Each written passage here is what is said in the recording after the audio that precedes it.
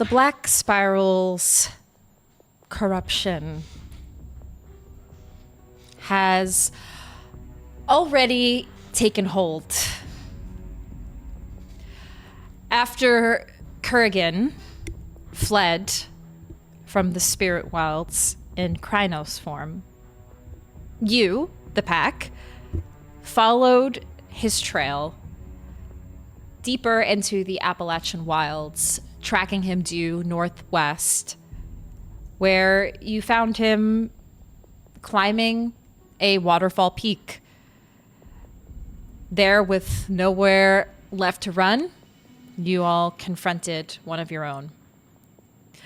Obadiah shifted into Krynos and faced Kurrian head on.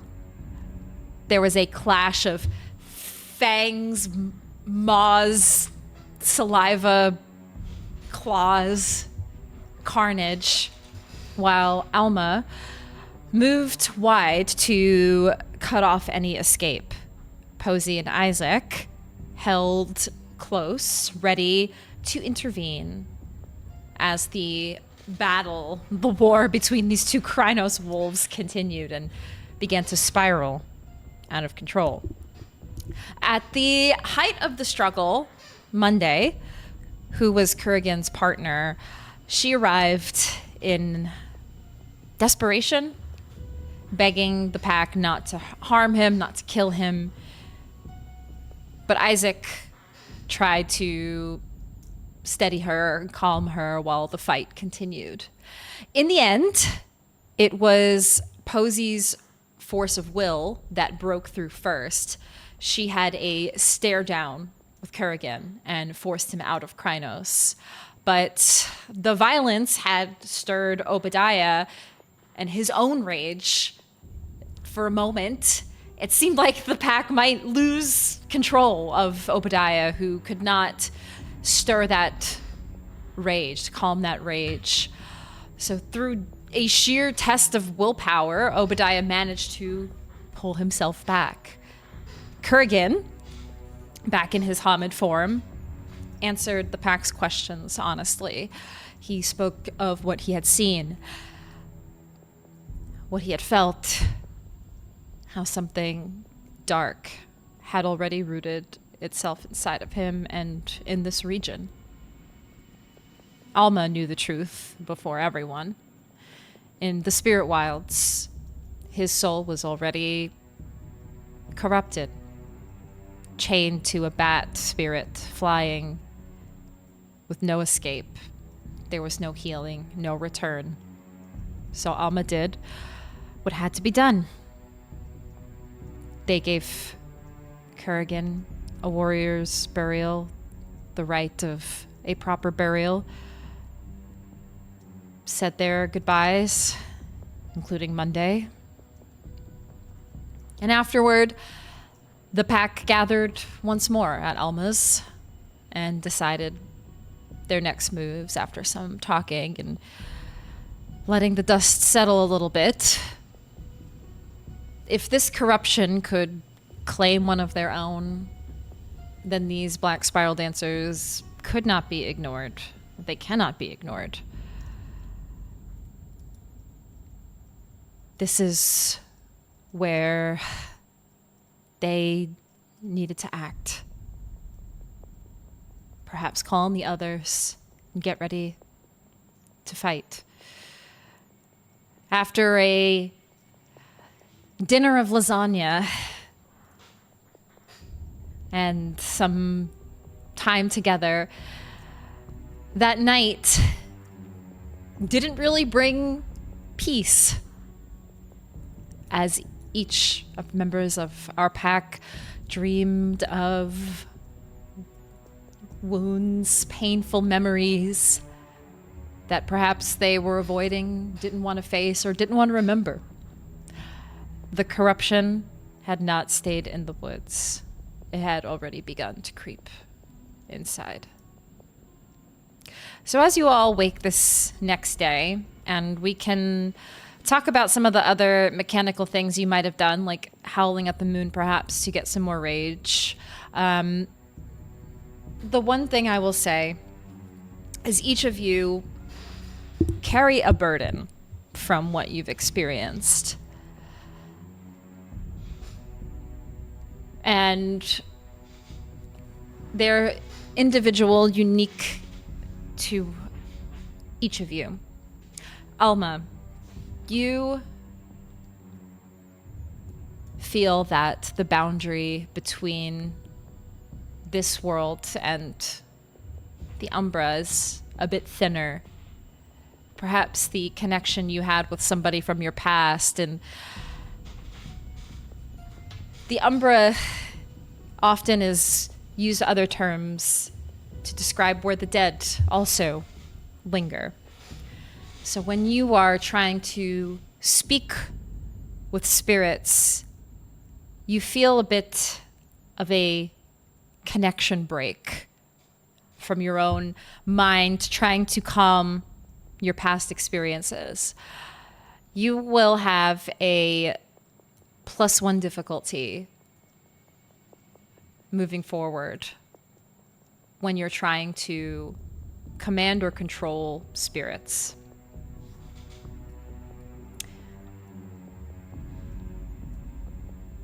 Obadiah, you've always had that issue of controlling that rage deep down.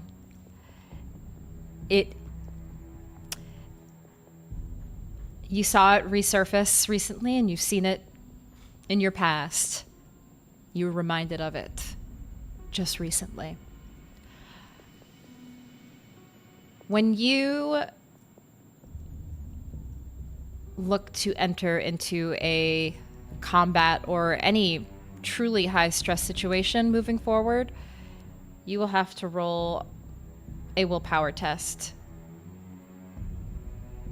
to maintain control, or a resolve and composure to make sure that you don't increase your risk of frenzy.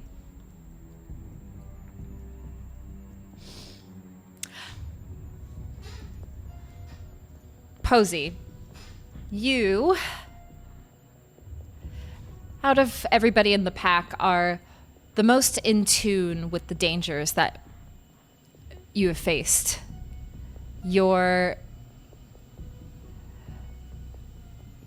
Those who you've connected with previously, who have guarded the spirit wilds, who have guarded Garou, know of the dangers. And to you, or to them I should say, you are considered the biggest threat. You are noticed. When you are near any areas that have any spiral tainted areas, you have to roll to maintain your own willpower. You may take a superficial willpower or potentially aggravated willpower damage, depending on how bad it is. You can roll to maintain that composure, but if you fail, you risk taking willpower damage, as they are targeting you directly. Issac, you are deeply troubled, as you have been running for many years now. And now you feel seen. Last night you felt seen. You felt seen by the moon herself. You can no longer hide. Whenever you deflect or joke or avoid truth when asked, you also will have to roll willpower to make sure you maintain that composure, or you may take a superficial or aggravated willpower damage depending on how bad it is.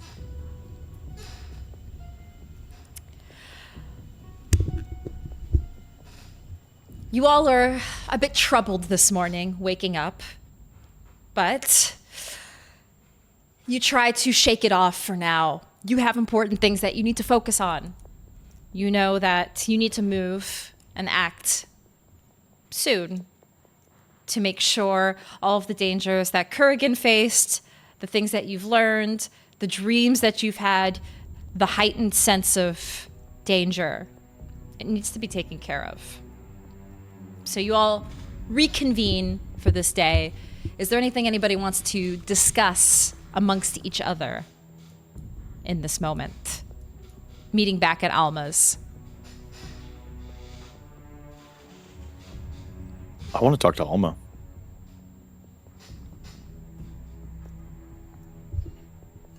You reach Alma out?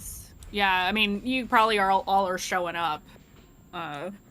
Would Alma have allowed Obadiah to crash on the couch? Oh my god, yeah. Yeah. So I think he wakes everybody up. was invited. It was up to Yeah. them whether they chose to or not. Yeah. He wakes up, hair a mess, wearing the exact same clothes.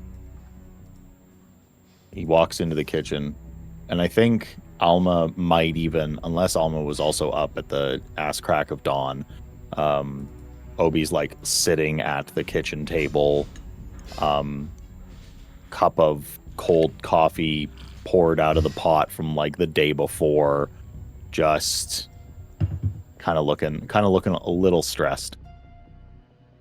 I think Alma walks into the kitchen half asleep. Just lit her first cigarette of the day. That's her toxic trait. She smokes cigarettes all the time. Looking like she's getting ready to make coffee for everyone else and sees you sitting there. Morning. It is. What are you doing up so early? Drinking your coffee. I'm about to make more, so Yeah. have at it. You know, it's gonna get ugly. I know.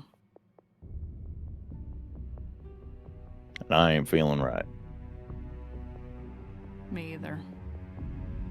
So, I'm gonna ask you kindly, yourself,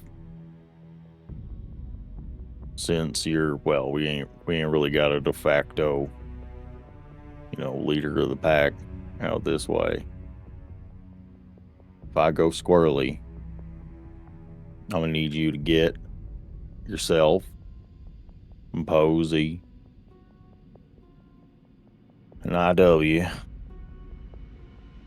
And if I'm going totally crazy, and there's a chance, I need you to bring wherever we're at. You can. If we're in the woods, I need you to burn down the woods. If we're in a building, I want you to take out struts. If we're in the back of a car, I want you to light the gas tank on fire. Me and the ranchers, we kind of got a credo that we run by. It's pretty well scorched earth. And if we already losing one, there ain't but a handful of us out here. This is not something we can afford to lose. But I myself, my shoulders is big and my brain is smooth. I am not going to be the one that brings us to a glorious revolution of thought and heart and mind in the people of Appalachia. It's going to be people like you and Posy and, well, IW when he grows up. So it's pretty much going to be something like that. So I'd like you to promise me that if things are going sideways, I want you to bring the house down on me. All right. All right. I don't like it, but I'll try my way first. And if that doesn't work, house comes down. Yeah, you think I like this? That sucks. That sucks about as hard as anything's ever sucked before. My whole life. but between you, me, these four walls, and the shittiest cup of coffee I ever did drink, I got a hell of a lot to live for besides these hills, my stills, and you folk. So, you know, before that spiral makes us all dance our happy asses down it, I'd like to go out with a big old bang. Agreed.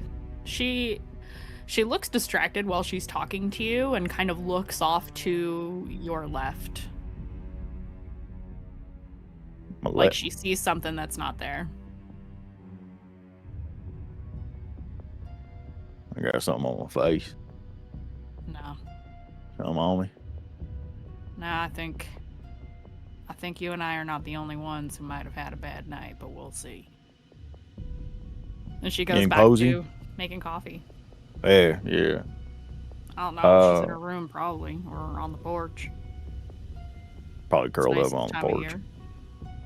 Go put a little Afghan on her or something. She always looks so cold. And then Obi's gonna walk away with his cup of cold coffee. I do want to make a note that I'd like to contact at some point before we get into this. Real quick, I want to contact my my monkey wrencher asset. That's just between now and when we beat Street. Got it.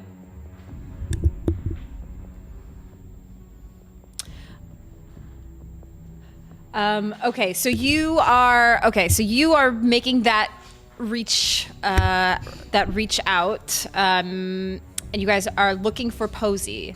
Posy, where are you? Where did you? I most certainly am sleeping out on the porch.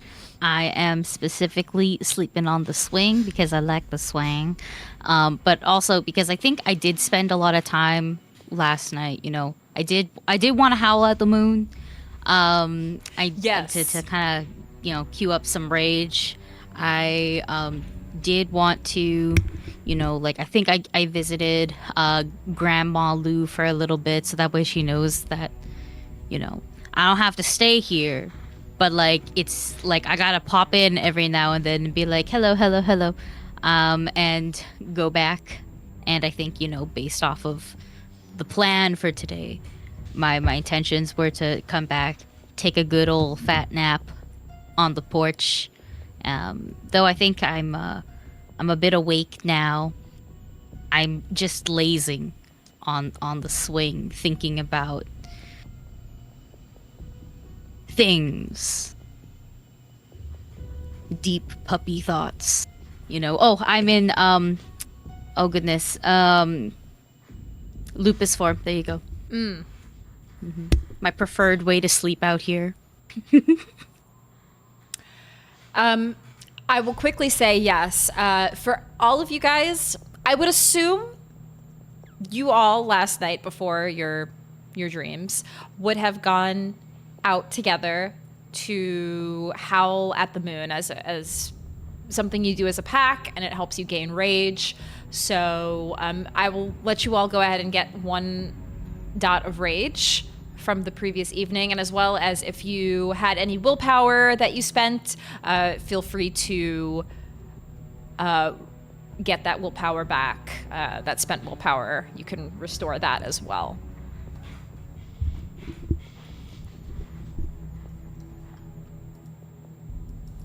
Just gotta add that to the list of reasons why people in town think Alma is weird. She's got a wolf sleeping on her porch swing.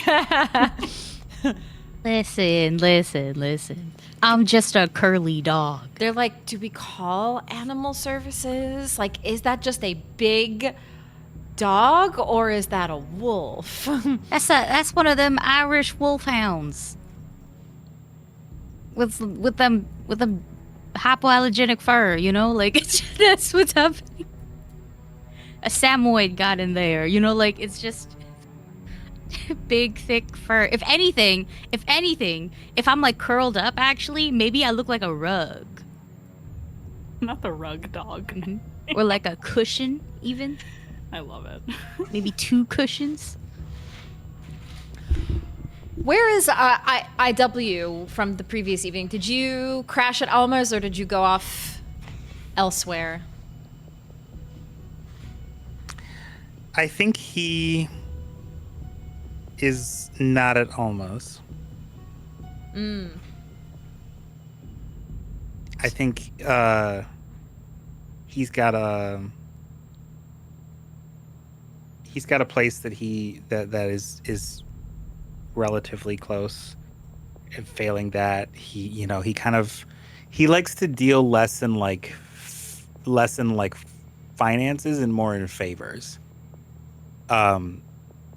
So like when he got into town and had the fortune to meet Obadiah, Obadiah was just given like a cash envelope, like basically just. But if Obadiah was to ever, I guess, want IW for something, it wouldn't be like, yeah, give me $50 or whatever and I'll handle it, or like, here, I can do this or that. It's like, you'll just owe me one, don't worry about it, like I'll just, a favor here or there. So he's either staying at his normal place or he's crashing somewhere because of a favor cashed in. So IW is the only one who's not here for the morning. You check, you see Posy out resting, and you notice that for now, Obi and Alma, Obadiah, you reach out to your friend. Yeah. I'm making a phone call. I got ear to phone, and Obadiah's out at his truck, and he's loading up a few things. The people in the building in Alma's house probably wouldn't see it unless they were paying real close attention. But Obadiah's got like probably 30, 40, 60, 80 great big jars of the highest proof moonshine you can possibly get, jamming it in there, rags, little strips of fuse cord, and all those sorts of things. Anything that a real good firebug would be packing away to go have a real conflagration. And he's making a call. Hey, fella, I got a favor to ask you. I know you got connections and all this kind of stuff, but on behalf of Obadiah Knox, the austere member of Appalachian Society, I'd like you to put together a little bit of a rally or a protest in and around this location. I'm gonna leave you a pen, but I'd love for it to be a hell of a lot easier for me and mine to be getting into where we got to get into and have the just a bunch of rabble kind of making a ruckus. How's that sound to you? I'm gonna make a mess today. Your one of your contacts, their name is Bonesaw.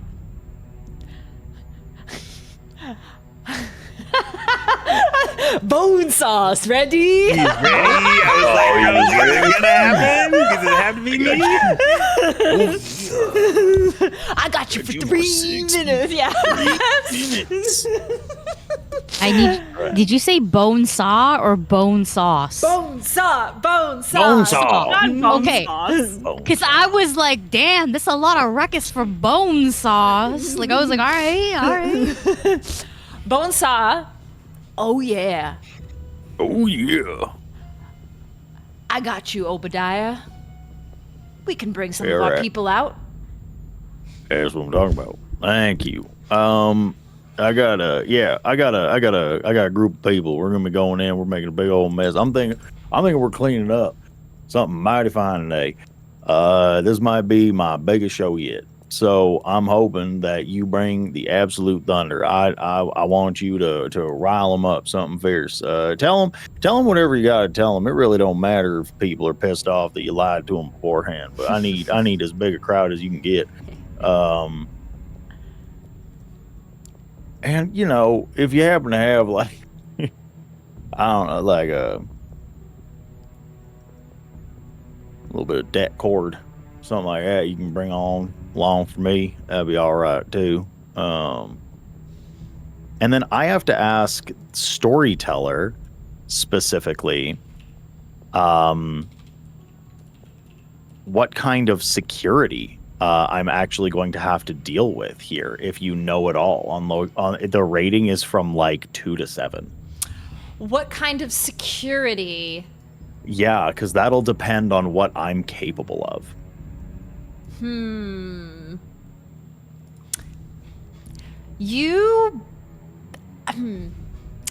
know that it'll be...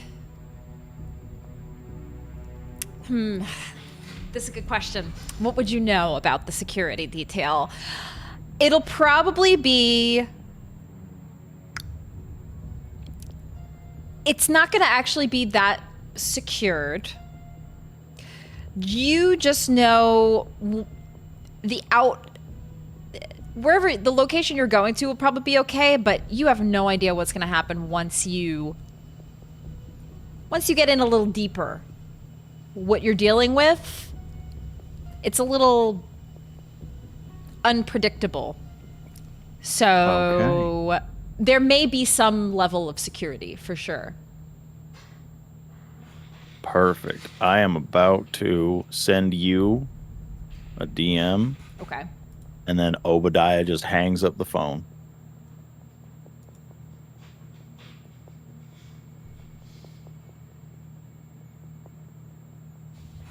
Okay.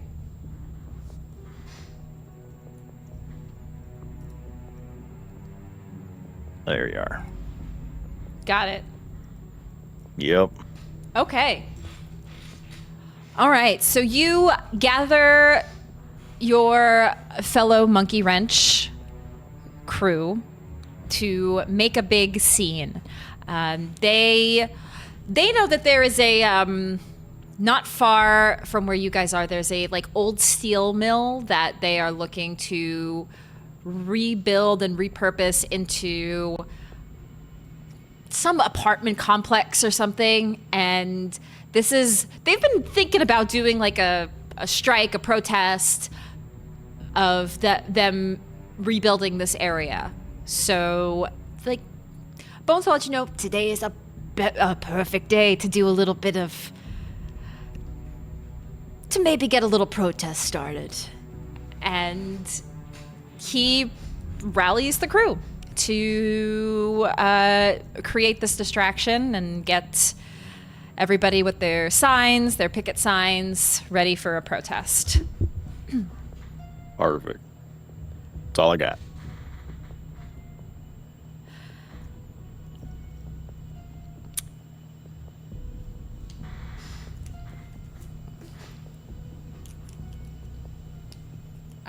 I think during like preparations and such, I would probably just be trying to meditate and see if I can trigger, like, above table I know that I can trigger sight from beyond, but it is a cost. But it also very specifically says that I receive them unbidden. And I think Alma is trying to see if anything comes to her about today. Yeah. Go ahead and roll me wisdom and intelligence. Okay.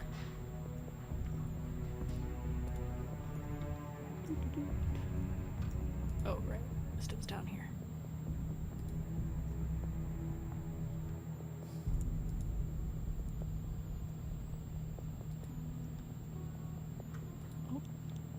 Oh. 4 successes with a crit. 4 successes. Okay. That is good. As you are taking this time, using your gift to look at the umbral landscape before you, trying to get any sort of vision or anything nearby, What you do see is a familiar face, familiar spirit that gently trots over nearby. It's the little fox spirit that you saw as a group when you first traversed the Umbra.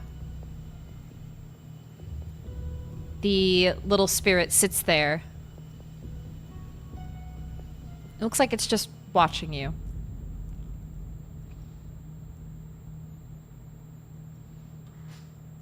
I look around because this is the second time we've seen this spirit. And I'm curious, who does it work for? Is kind of what I'm curious about. Sometimes they're nonsensical, sometimes they're a little more prescient. Roll me an intelligence occult. I love that. That's my favorite.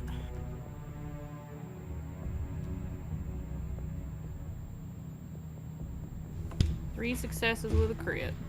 Okay, 3 successes. As you're observing the spirit, you notice there is a slight aura surrounding it. An aura that is serene. This is a stark difference from the presence you felt with Kurrian, for example. Okay. You get a feeling that it may belong to a higher spirit, not quite a Celestine, but rather an incarnate spirit, which is a higher up in the spirit hierarchy. Yeah, for folks at home who are newer, aren't Incarna like what our ideas of like ancient gods are? Generally speaking. Yes, something. Yes, like a demigod kind of thing. Yes. And it's watching us. Me. Just watching. Doesn't look like it has any ill intent, on more curiosity and an observation.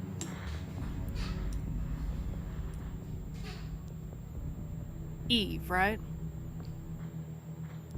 Yes.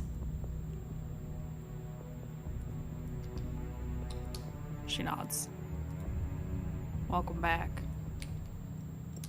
I've been watching.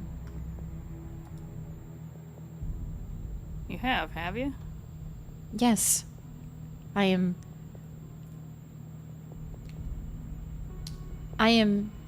invested. I see. So you wanna help? Yes. Well, Obadiah's around here somewhere, and I know he said he was willing, maybe, to help you, so that you can help us. Are you still interested in that? I would like to help. Yes.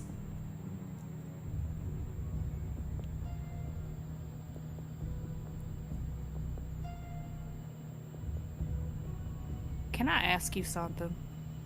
Yes. How did you get wind of all this? The spirals. Everything that's happening. The spirals. They have been here for a long time. And it has only gotten worse. And now it's reached us here. Yes. Something made it worse.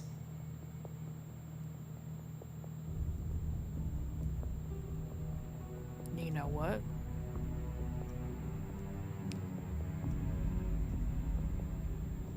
It was like a wound that was covered, and then something ripped open that wound. The worm, but not like the worm we've seen. Different. Different worm. Different.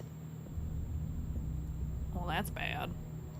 She just kind of leans back. She was sitting in like this meditative position the whole time, just kind of sits back a little bit like, oh, okay. Well, I already thought this was pretty dire, but now it's just got quite a bit worse.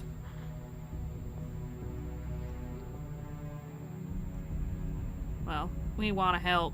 We want to clear it out. I'm gonna get Obadiah, and we're gonna see what we can do for you. I will help.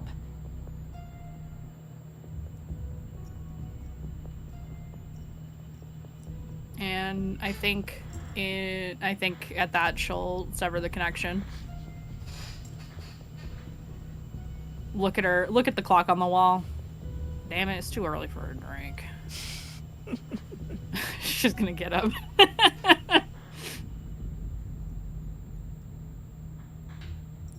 Go looking for the crew. You find you find Posy still resting. Obadiah is off taking care of some things. You see him going through some supplies and moving stuff around. How long does it take for you to show up? Do you show up immediately, or does it take time? I think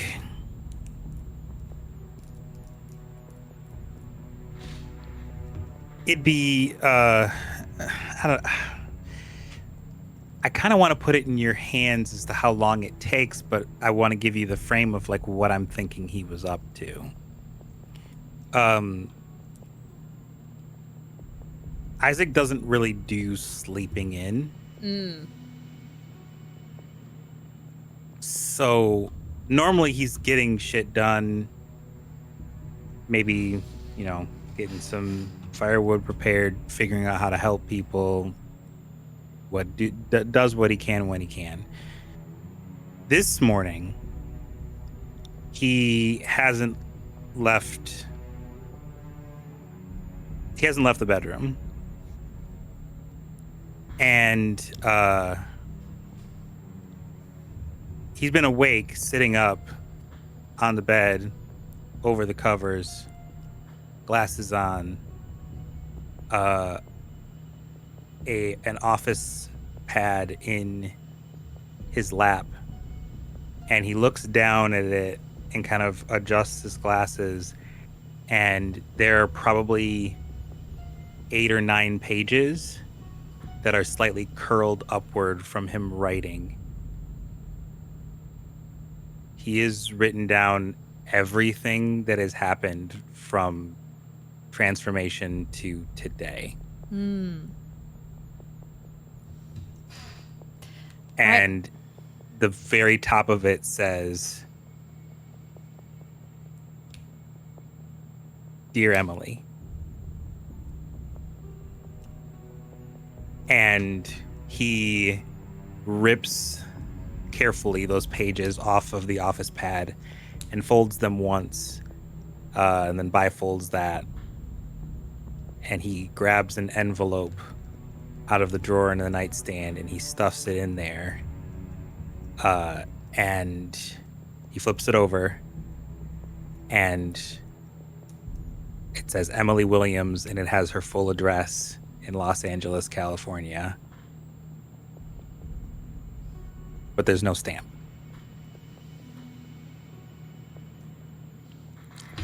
And he looks at it And he sets it down, face down.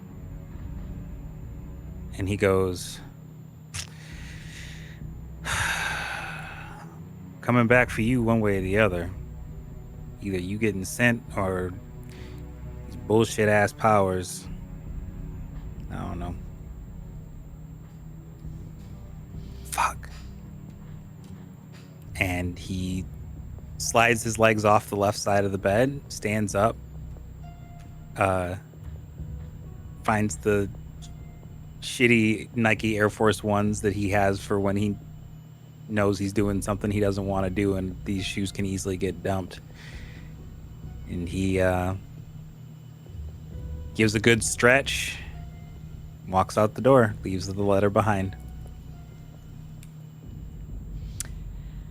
The unmarked postage, the letter sealed but not sent, remains IW. And you have a think about that for a minute. And perhaps you think about it the whole drive over. Wondering if maybe you should have sent it, just in case. You don't know what's going to happen after today. You don't know if you're going to even come back. But you made your decision. And you sit with it. As you drive back to Alma's, maybe reluctantly, as this has all been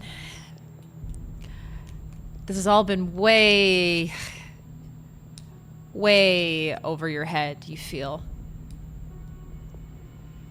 And you could maybe run again. You could just take the car and head down the freeway, down south maybe, or east, head to the East Coast. You haven't been there yet. But no. You keep driving.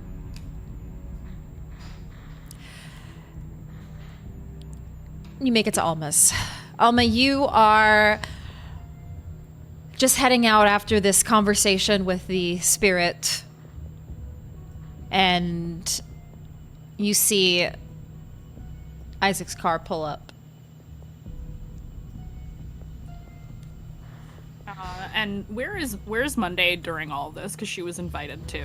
She's not from here. She probably would have stayed with you. And she's just sitting out on the porch, not talking with Posy or anything. She's just she has coffee and is just watching. Well, okay, if she's out on the porch, then I'm gonna go lie down on her. Aww. Yeah, the hell. This is comfort time. The two of you just sit in silence, obviously, but it's a nice moment. Alma's gonna walk over to them and kind of, even though it's Posy, she's gonna give her a little ruffle, a little affectionate ruffle on the head. Couple tail wags. I know what this Morning. means. We'll have. She put out like a spread for people to pick at. I gotta go talk to Obi, and then she looks over to where IW is pulled in. Looks like the party is, I think, mostly here. So just hang tight and we'll be about ready. Are you good? She looks at Monday. Yeah, I'm good. Alright, we're gonna kill these sons of bitches. She nods. She walks off the porch to the driveway where OB is and where I may or may not already be walking up the drive. I'm gonna join you because, you know, once everybody like from our main pack is here, that's where I'm like, okay, time to get up. So I'm gonna get up from the soft cuddle, give Monday one unnecessary face lick, and kind of go into my Hamid form, which I think the porch has like a little basket or something like that, where There's it's a laundry like those basket are for you. those are like Posy clothes. I'm just gonna like maybe grab one of those pullover dresses, then go also get my hoodie, and like kind of just foop foop, easy to pull on and put on, and go over to join the rest of y'all. I want it to be canon that Alma has scoured eBay to find that exact sweatshirt like 10 times, and they're all at her house at some point or another. We bought it in bulk when you found out that maybe Posy likes this texture. Oh, she talked about liking that sweatshirt. Okay, I'm buying her 10. That's perfect. Clothes she'll wear. Excellent. It's the one that I go out of my way to make sure I bring back. It'll be like, we go on a run, and Posy's like, I can't return yet. I must find my sweater. That's so cute. The four of you guys, you, combined. reconvene. That's the first thing she says to him. You got a spirit to bind, Obi. Eve's here. Boy, I got a job to do. Talking about that little fox feller. Yeah, she's here. All right. Absolutely. We should get a little gift together. You got like duck liver or like a something smells nice to a fox. I don't know what smells foxes like. Chicken coops. I don't know. There's Something some like chuck that. in the fridge. I'll what I take got. the chuck. You got an egg. I'm gonna get some chuck Yeah. and an egg, and I'm gonna throw that together, and we're gonna leave it in a little bowl for it. That's about the best I can do. Posy, don't touch it. I won't. All right. And then Obadiah has a very, very unorthodox way of conducting any sort of gifts and rites that are usually things that require, posterity and Poise. somatics and Yeah. like all of the different like more Ritualistic. technical parts of like a ritual. Yeah. So, all right, everybody, is a very technical thing that we got to do here. And Obadiah takes a cigarette from Alma. He plucks a bit of hair off of Posy's head, wraps it around that cigarette, and then plunks it into the ground in a little bit of dirt and places the bowl right nearby, and then he lights the cigarette. All right, great spirit of the fox, it is your time to come among us. I believe your name was Eve.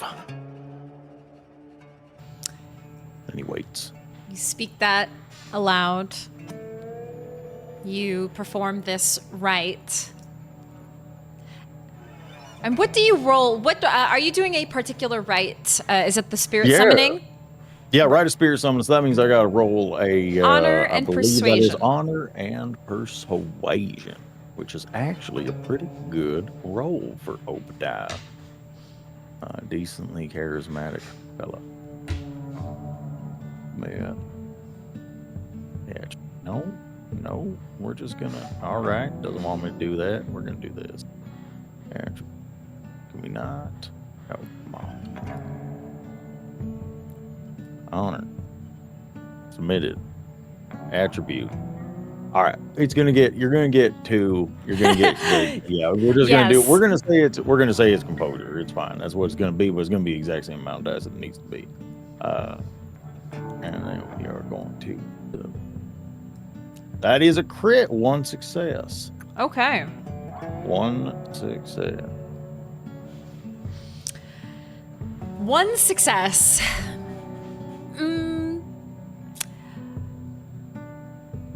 It takes I'll a minute. spend willpower. I was gonna say All right. you may want to. I think I'm gonna. I'll spend You're sitting that there for a willpower. minute and it's like nothing's happening and everybody's just standing like. Okay, so you get another success. I do get that extra success. Yeah. Okay. It's like a long pause as you're all waiting for something to happen.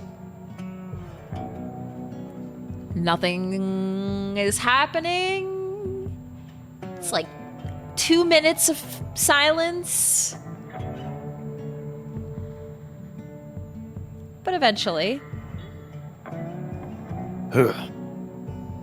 you see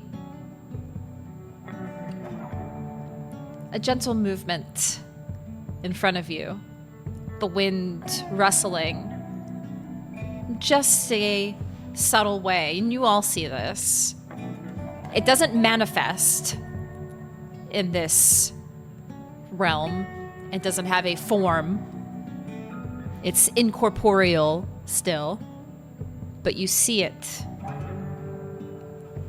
in front of you, in front of the cigarette.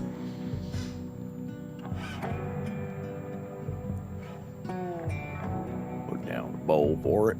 There you go, Eve.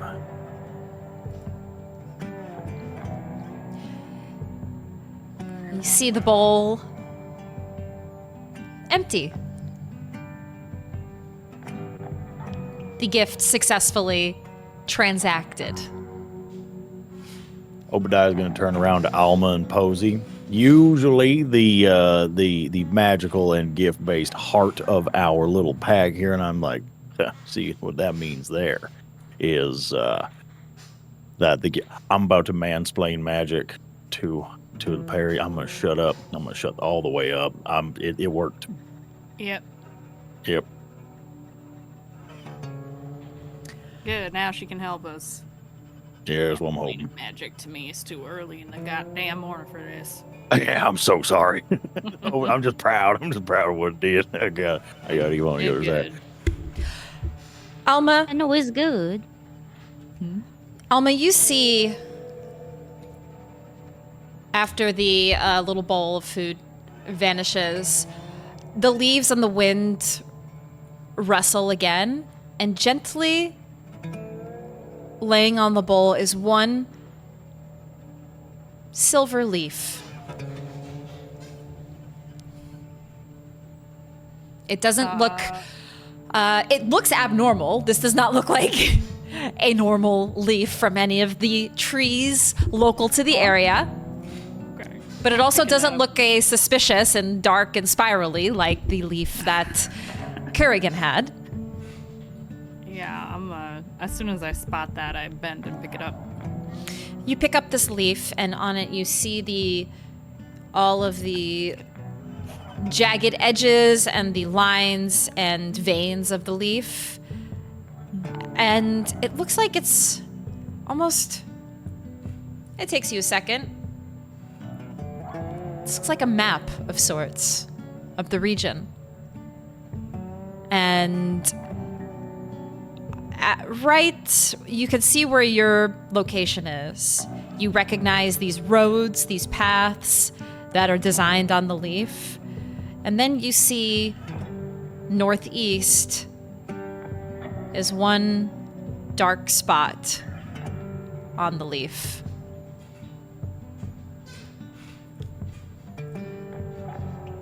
I think when she realizes it's a map, the first thought that pops into her head, she doesn't vocalize it, is, this is better than Google Maps.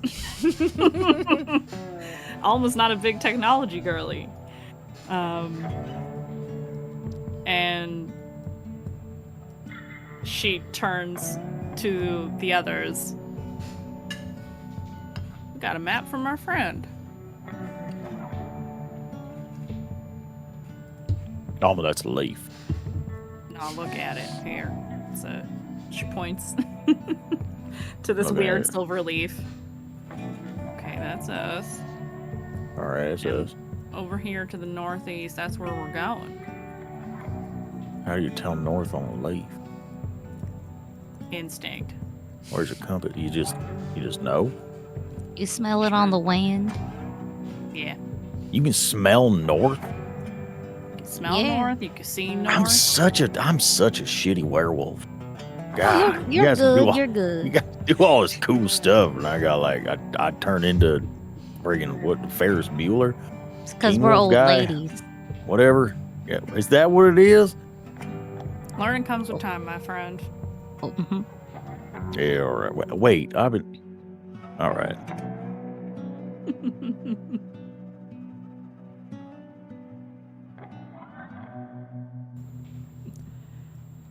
She just young manned you. Yep. Did IW walk up? That's my question. Yep. Yeah, he's gotten out of the. I was gonna say something to note is that the car does not belong to IW, but he seems to always either rent or commandeer foreign cars. Interesting. So it's like a Mitsubishi or a Volkswagen or an Audi. So maybe rarely a Toyota, but it's usually like you can tell if the car is like just a little too nice to be where it's at. But he does get out, and he kind of scratches at the back of his head. And he goes, "Shit, what'd I miss?" We're getting ready to go northeast. I got a map on a leaf. Made friends with a fox spirit and coffee. A new fox spirit or the same fox spirit? Same one. Same one. Answer to the right name, anyway. Just connected to an incarnate. So that's and Monday's out here, Tracy? yeah, Monday. Yeah, she's a bit away from you guys, still sitting on the porch, but she's here. Okay. Alma, his eyes go from yours to Monday's and back to yours, but he doesn't say anything. She's coming with us. She'll be all right. Bet. Your vehicle's different. It's different, right? Yeah. I'm not used to seeing colors yet. He like looks back at it. It's not his, but there's still that kind of like sense of like flattery kind of coming from him. Yeah, don't get used to it. That one's not a keeper, but I like it all the same. Das Auto.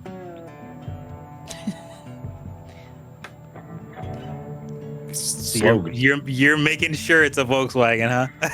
Yeah.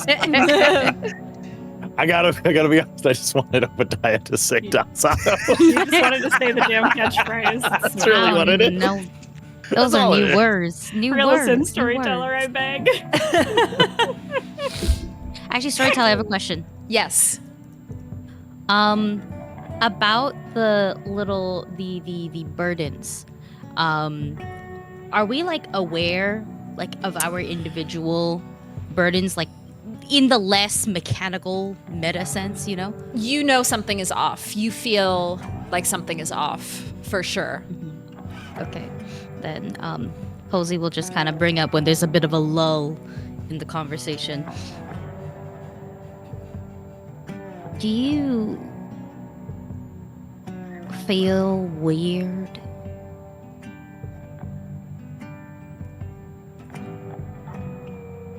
Me? Everyone.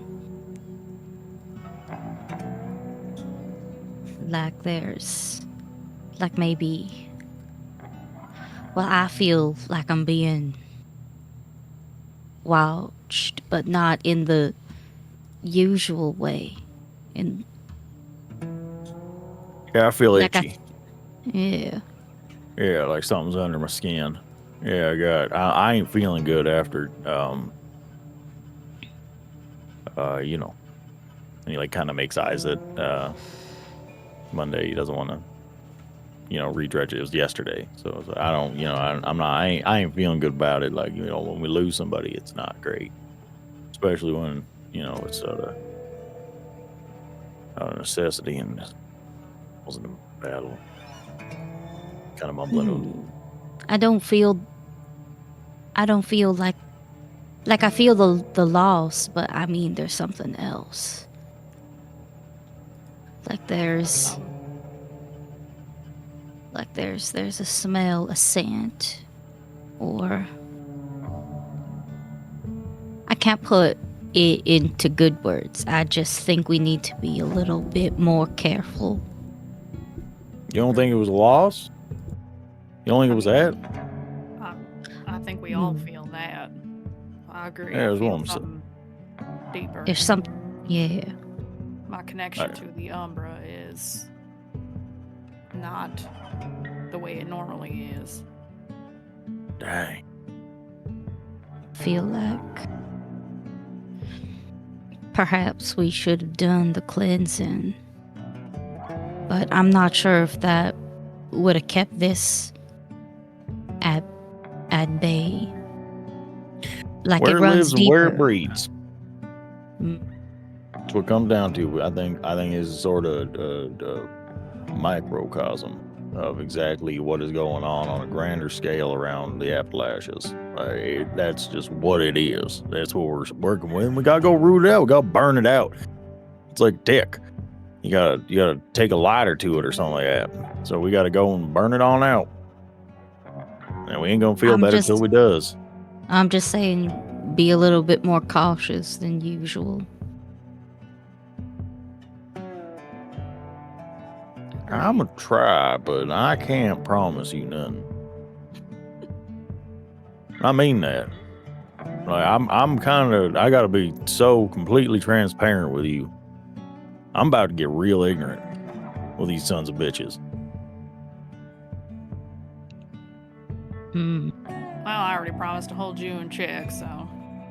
Yeah, that's what I'm talking about. I mean, if I'm getting out of hand, I'm asking y'all to keep me in line, because I don't think I'm doing that. I don't think I'm doing that at all. You said it. I am a warrior of Gaia. Awu, howling at the moon, rip and tear. I'm gonna burn it all down to the ground. I ain't checking nothing. Please, for the love of all the things that are green on this damn earth, if I get out of hand, do what you gotta do. You said that, but then I watched you load in some deck cord into the bed of your truck. So she looks at you. Well, you see, I did that. Well, no, I'll explain. So the reason why you saw me loading up deck cord and 190 proof straight up shine and a little bit of the old dynamite is because I intend on using it. Well, What is it gonna do? good. What it's going to do is going to make a fire and it's going to make an explosion and it's going to make these fuckers regret. Controlled fire. Nope. So you intend to burn the rest of this forest too? Well, probably not, but we're going to find out. A little bit of collateral ain't nothing. Shit, I ain't gonna lie, Obi. I ain't the biggest fan of that. Probably. It's not a little bit of collateral. You know people live here. Yeah, people. Beyond the people. Listen, the birds in the trees and the bees in the fields and the grass on the ground and the squirrels running around hiring nuts, they're all going to come back. Every so often, you got to do a slash and burn. Beautiful things grow out of the ashes. That's the way it let's works. just make sure we don't fucking blow up the world trying to save it, you heard? I don't think I'm gonna. Bite your dick and balls down. off. I'm not gonna lie. I You almost cut said a my dick word. and balls I off, almost said Posy. a word. I that will would've bite taken- your dick and balls off first. Yeah, well, that's kind of how I'm feeling. Is that it might take something like that. Listen, I'm willing to die for this. I don't know about y'all. Fuck what I was gonna say. I like Posy's threat better. That's crazy. Listen, I ain't scared. I'm asking you to keep me in check. One. I ain't I'm trying to. Oh, I think that's a wolf thing. Hell no. I ain't Hell trying to. It wasn't IW. What you been telling Posy? I ain't told Posy shit about none of that kinky ass shit. Fuck out of here, brother. Who let her on the TikTok again? Last time she went on TikTok, she learned all kinds of words that none of us know. Who's putting this goddamn wolf on Tumblr? What the fuck? All right, no, I'm saying, listen, I'm not trying to tell y'all that I'm gonna go and just blow up the whole friggin' forest and kill everybody in it, but I am about to go and very likely make a mistake, and it's in the interest of our entire pack and literally the health and the future of all of us. This is the necessary steps. This is no half measures. We are not dealing with a a bad guy polluting a river with a little bit of overflow. We're talking about spiritual corruption, the likes of which I ain't never seen in my entire life. So I'm going to use a little bit of good old-fashioned no BS rock gut shine. Brother, blow a I know hole. you not out here trying to make a fucking Captain Planet allegory in my Okay, all right. Listen, I Call me get it. Captain Planet. I'm just saying, I'm down to fuck these motherfuckers up. I think ain't nobody around here gonna fucking debate that. Let's just have a more sure thing that we won't probably destroy half to all of a forest.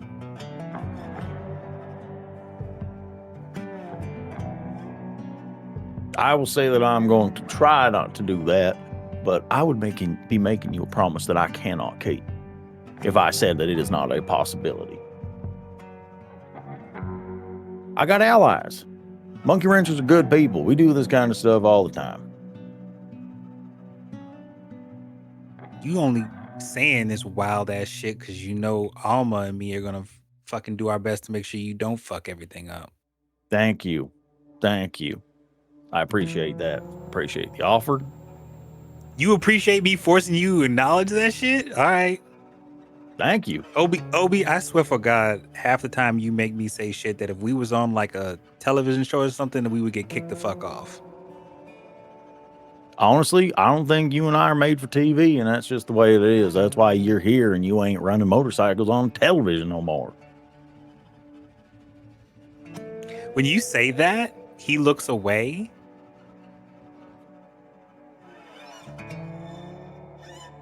And does not return his gaze back at you.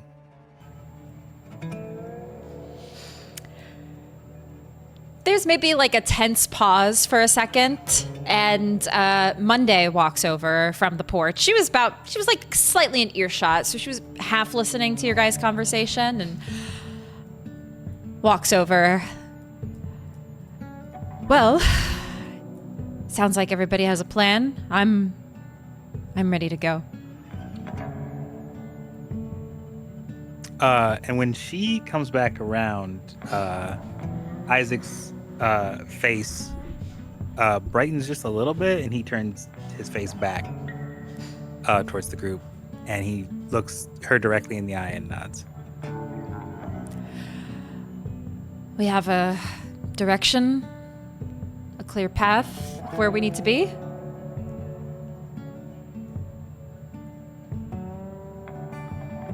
Yeah, actually, I Almost know got exactly a fucking where we're leaf going. map or some shit. Yeah, I hold up the leaf and I show it to her, like, Huh. well, Garou here. Okay. All right. Yeah, this looks right from where. Well, in the direction, I guess, of where he was.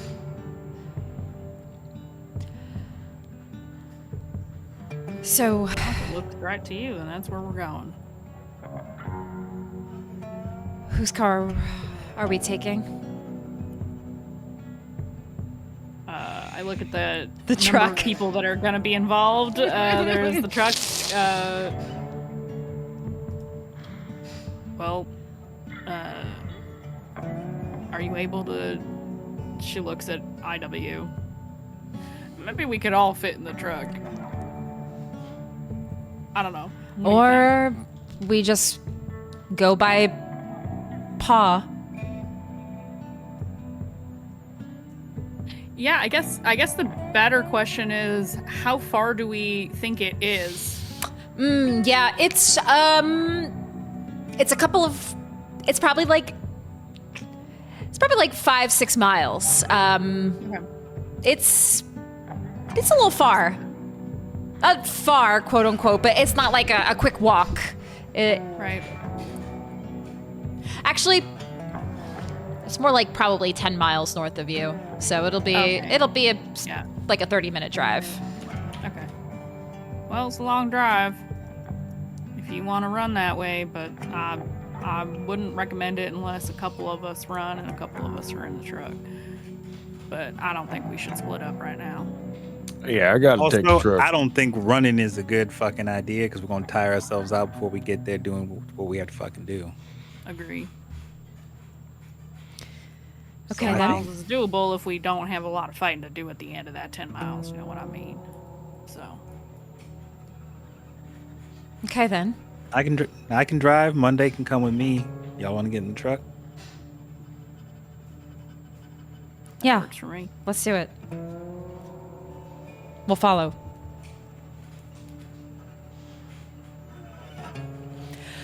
Okay, and you guys all pack up. Any other, like, supply? I would say, like, any supplies or things that you can think of. If there are things you think of later and you forget, like, you pack up some supplies and things that you think you might need, and get ready to head on the trail. You drive due north, northeast, and the drive is scenic through the mountains. Today, there's a bit of a mist that comes from the Appalachian hills and mountains, and you're driving through the windy roads.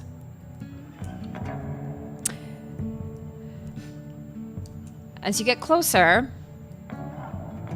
you notice that, according to this leaf map, this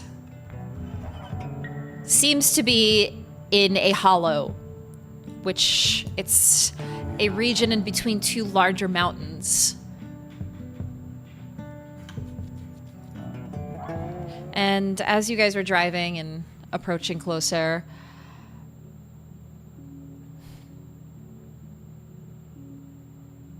it gets a little more eerie at this point. The mist creeping through the two mountainsides, and now you've been in high elevation driving for some time, and now the road winds down lower elevation to eventually it comes to a stopping point. The road, it leads you to a dead end, but there is still a trail that goes deeper into the mountain, down to the foothills of this region. It's just no longer a car, or like a car could go through this area.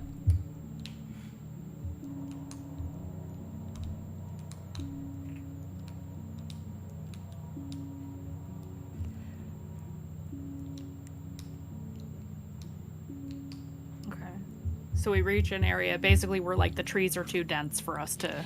The trees are too dense. There's no more. This is like a dead end for the road, for passenger vehicles at least. But yes, then where the end of this road is, you see a trail not even 5 feet from where you are. The trail leads downward. Well, it looks like we're here. Yeah, about time to hit the old dust trail, suppose. Jay. Grab your stuff, park the cars. It's remote out here. If you had cell phones, which some of you probably do, the reception is not good. This is getting to the middle of nowhere in the Appalachian region. And as you're walking down this foothill and getting lower elevation,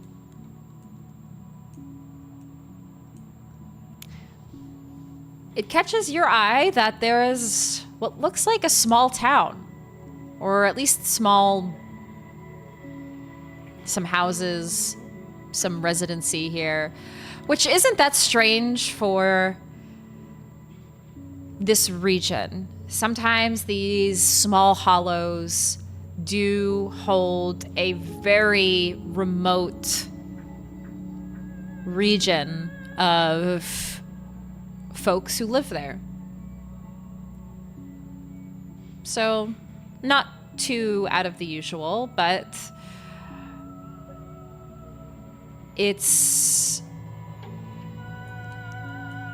just a little unsettling. I wanna make a roll Yeah. I'd like to find out exactly what kind of wildlife we're working with out here. What kind of wild sign? Like, is the closer that we get, Obi's skin is starting to crawl. He ain't feeling right, and kind of want to know, like, things around here natural. Trees look right. Animals sound right. What am I hearing? Like there's a grand old stories of don't look too hard into the trees and don't go whistling and all those different kinds of things. And he's starting to listen and look for all those old signs because he happens to know there's a couple of supernatural things that do live in these here woods. Roll me a wits and survival. Wit and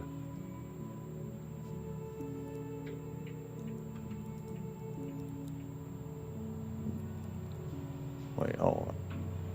I wish to do a similar roll, but I wish to use my sense of smell, if at all possible, because I did mention feeling funny. Go ahead and roll me the same thing, a wits and survival.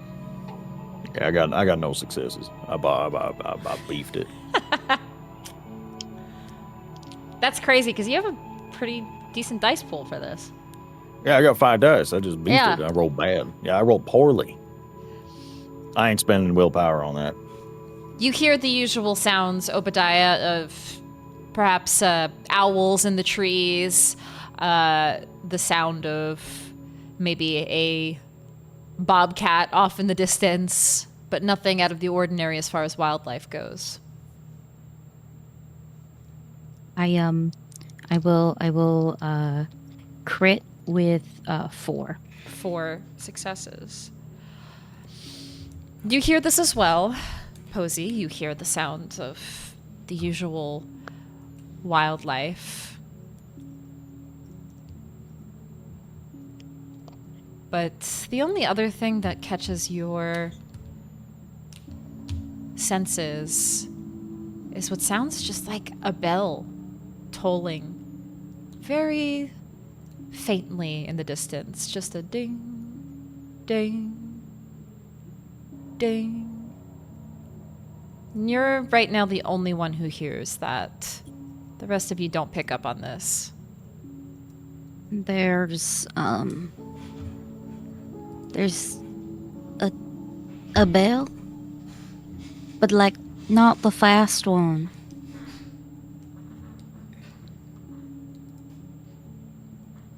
Like something blowing in the wind? Like the wind chimes at home? No. This one sounds more on purpose. All right.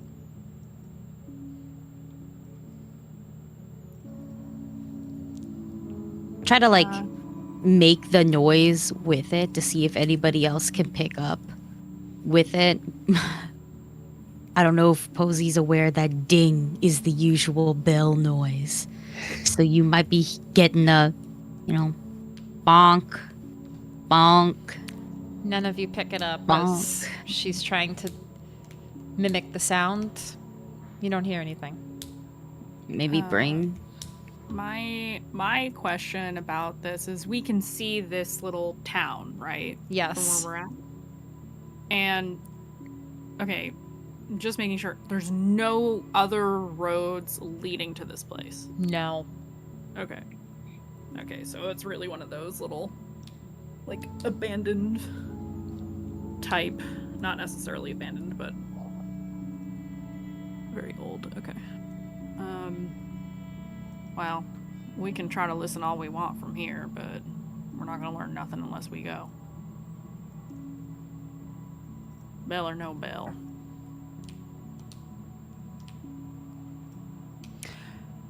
You keep walking. Yeah. You head down the path toward the small town. So you approach closer. It's very misty today. Foggy. The line of sight, the vision, is not giving you a clear visual of everything that is in this immediate area. But as you get closer, you see some homes. Maybe 4, 5 various structures. Still intact. You walk through the small inhabitancy, and I would like all of you to roll me a wits and awareness. Could I use my specialty of smell for this awareness roll? Yes.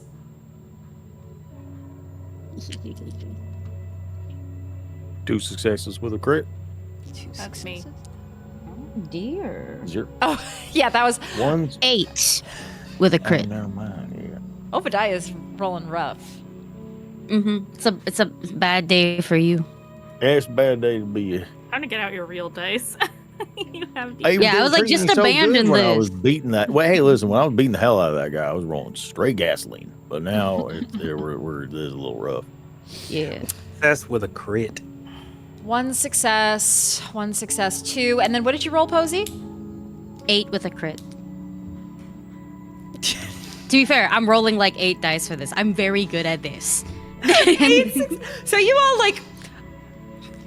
look at the buildings, and I will say for the 3 of you, they look relatively good condition. What stands out to you, Posy, is 1, they look lived in, but looking at the homes, you peer in the window, and maybe all of you kind of just take a peek in. It is very meager inside, but everything looks polished. The bed is very neatly made. The kitchen is immaculate. But there's no sign of people in any of these buildings. And there's no sign of, like, homey decorations. Like, there's no pictures on the wall. There's no touch of hominess. It's very sterile, but it looks lived in. And Posy, there is a sense of, yeah, you know what? You rolled 8 successes. This is a sense of the worm.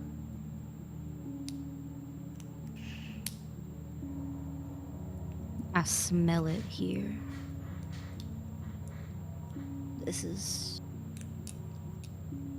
the worm's colony.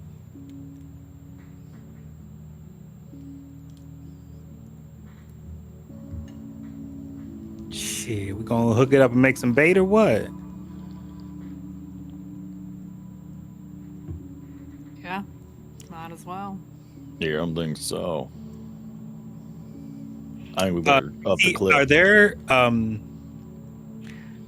Are there any like electronic devices here for communication purposes, like radios, any or like notepads or anything that they would potentially be like storing for communication or record or anything like that? You look, and there are no phones, no televisions, no radios, no technology specifically. You see a It's couple that of leper city in Outlast 2.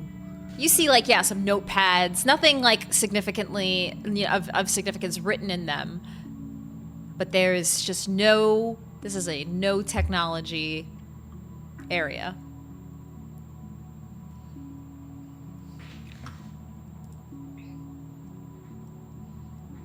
I think with just being able to smell the worm, like my teeth almost feel sensitive. Like it's got that sharp tangy, like snarl, like a little bit of a yeah. yeah, like I can't help but react. I don't think I'm reacting like loudly or overtly aggressively, but it's very much like, you know, I'm here. I know what else is here. There is danger, like, abound. We're in the right place, and maybe we should blow it up. You know, that's like the vibe.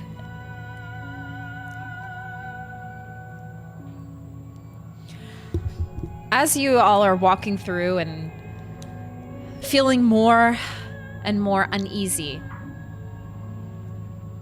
the last thing to catch your eye here, at the very end of this street, it's almost like a street with just houses, these sterile houses. At the end of the street, where the dead end is,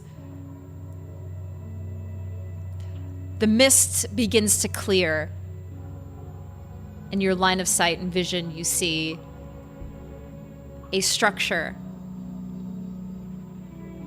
And this structure looks very much out of place. Does not look like any of the homes, does not look like any buildings local to this region. What you see is the beginnings of a structure that looks almost like a ziggurat. It goes up. I would say it's not tall. It's not as tall as the mountains. It's maybe 4 or 5 stories high.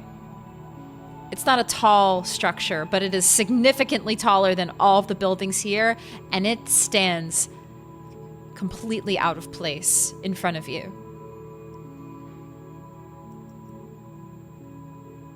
This brings an increasing uneasiness and tension in all of you as you see the structure before you.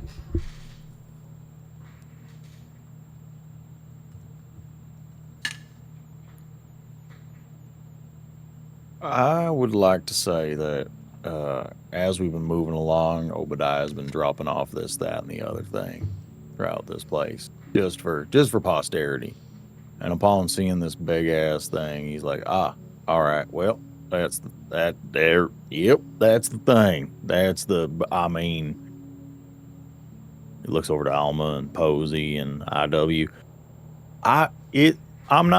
That's it, right? Monday's just like, what? What is this thing? That's what we're here for. Don't touch it with your skin.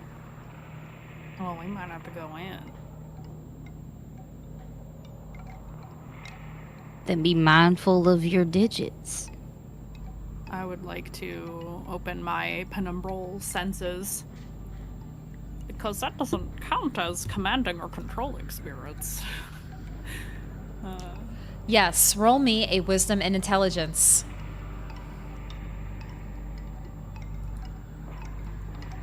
That's a success. Which is crazy because I have like 5 dice. Y'all gotta abandon this dice roll. Abandon! Yeah, I'm about to abandon this dice roller. This is critical. Now, Alma, you could willpower if you choose. Sure could. I think I will.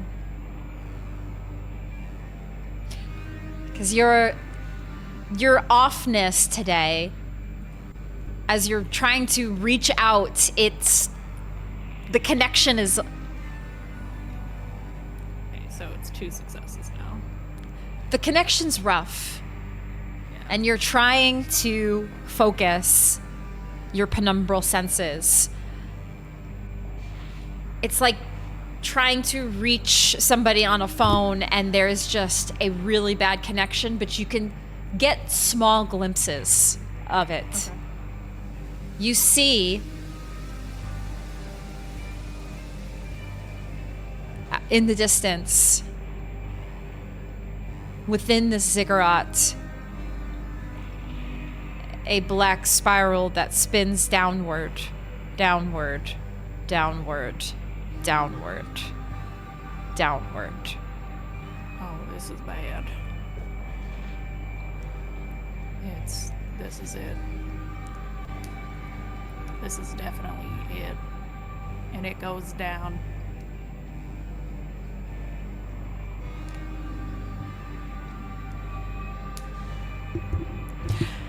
As you all stand there and ponder maybe your anxieties, your angst, your rage, all of the above, we'll take a break. And we'll pause here as you ponder your next moves and what you would like to do. We'll be back in the next 10 to 15 minutes, everybody. So don't go anywhere. We'll see you in just a little bit. Be right back.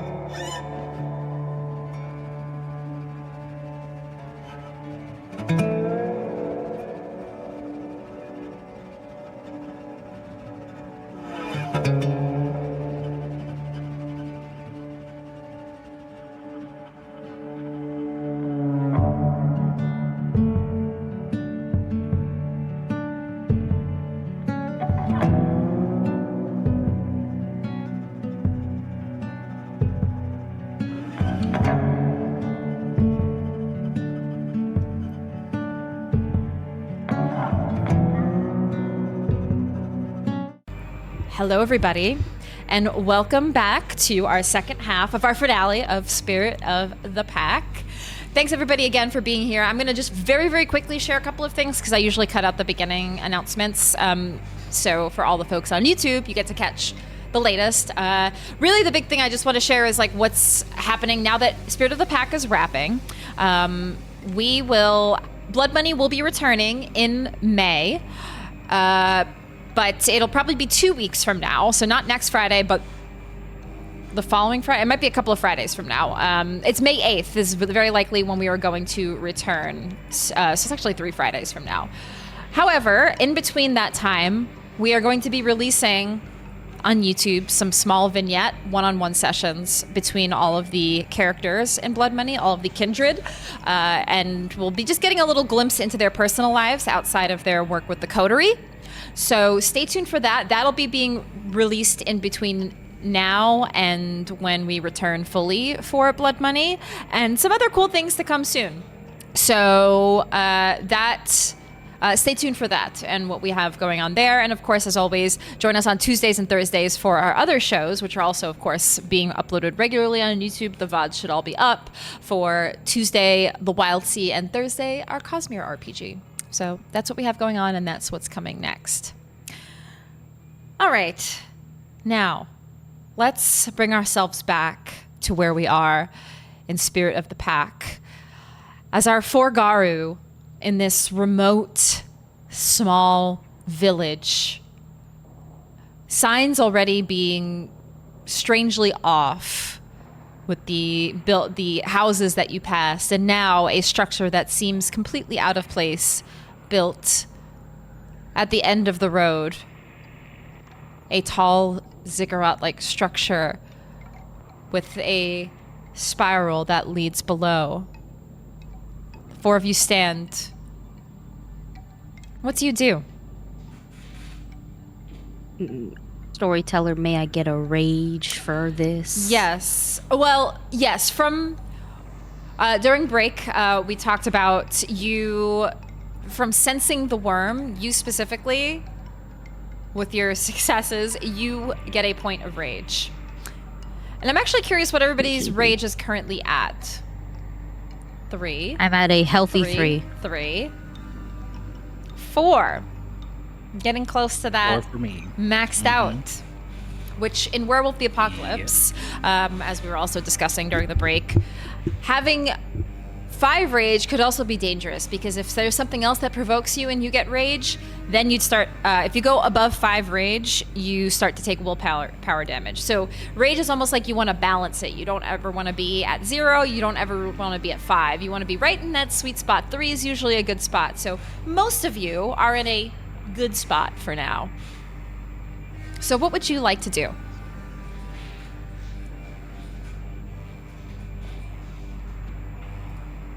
I think after coming out of looking at the spirals, Alma says, well, we either need to get ready to blow this thing up or go in, or both.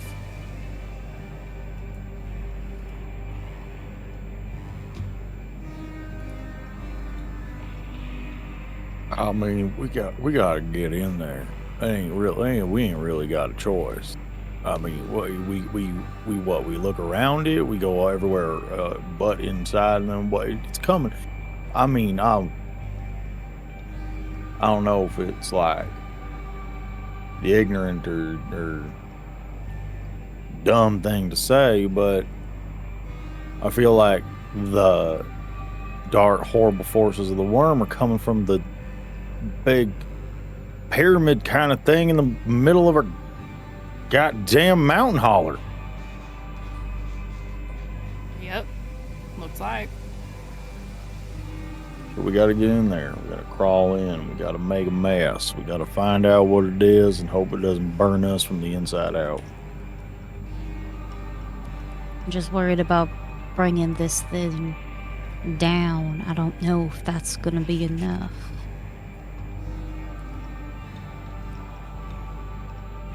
Don't know Standing any out other here way ain't to gonna do be it. enough. Exactly.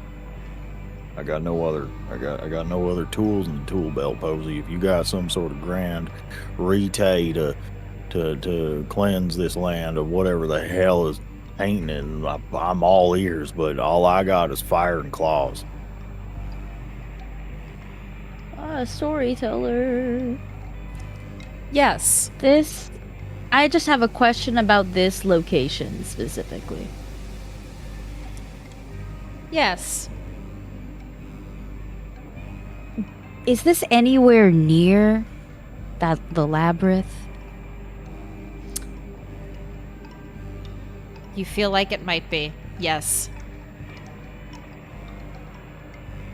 I got one other thing we could do. Do you remember when I was telling you all about the labyrinth? There's a very big spirit that I've met a few times. Keeps it at bay, keeps it under control. Now maybe this structure is making it harder, but wouldn't hurt to let her know.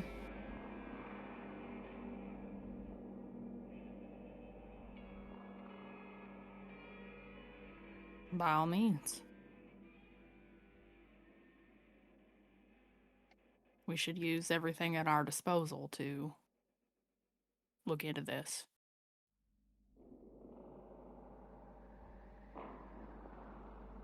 One I think second, I am holding on to reading any my cards- details. Yeah, I think holding on to any cards at this point is fool's errand.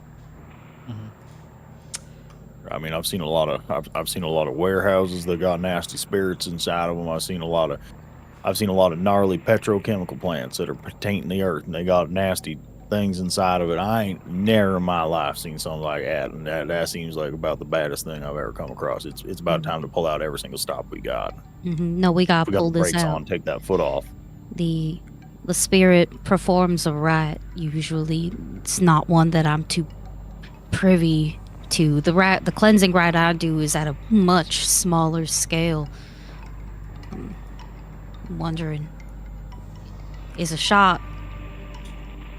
Potentially, we could bring him here, see if we can do anything about it. Well, how do we get to it? We gotta go somewhere else? I have found them through the Umbra, but a spirit is a spirit. Can be summoned, can also walk through it.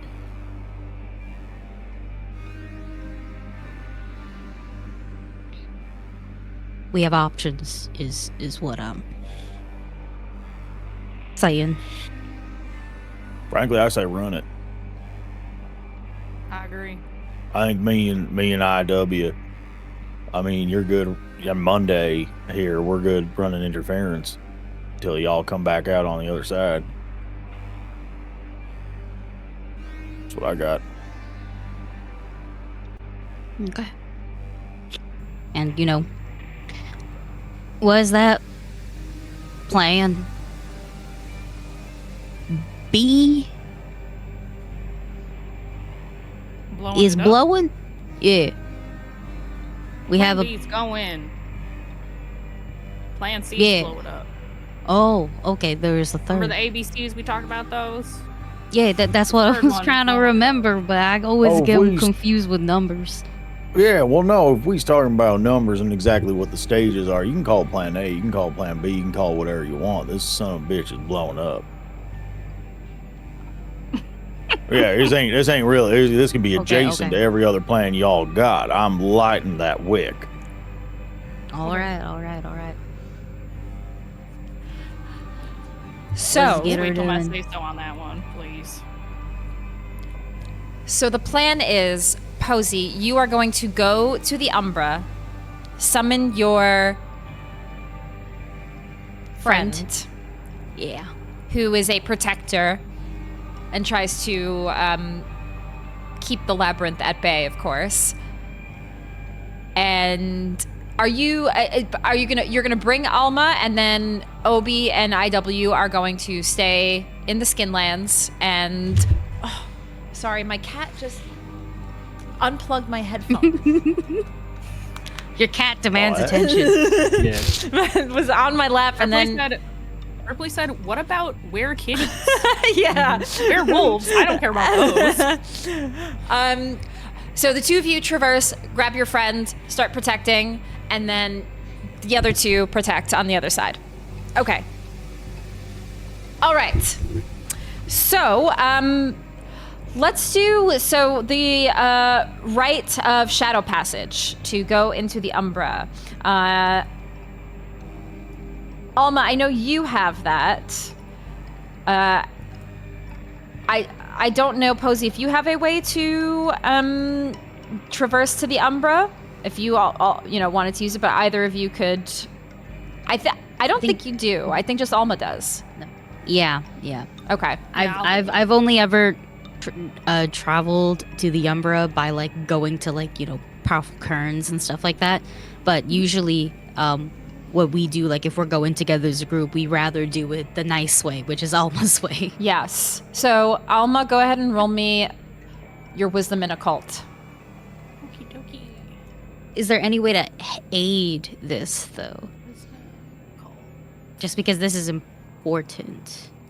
I'm gonna use real dice this time. Yes, because you all are together. It is, yes, this isn't a proper cairn, so the veil is a bit thicker to get through, so you probably will need the support of at least, yes, one of your pack mates to perform this rite. So I would say, Posy, you can grant an extra die, so if you want to roll and to get another success for Alma.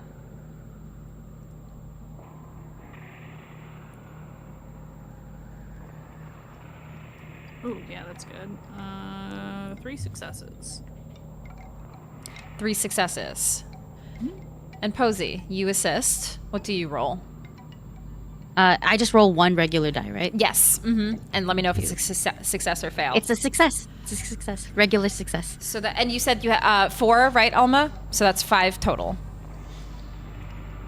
Okay. Or 4, 3, so 4 total. Okay. You perform this rite to open a way between the physical world and the Umbra. The gauntlet that you must pass through steps sideways into this spirit wilds. You've done this several times now. You know what you're doing. You perform the rite. That tear does open very quickly for the two of you to pass through.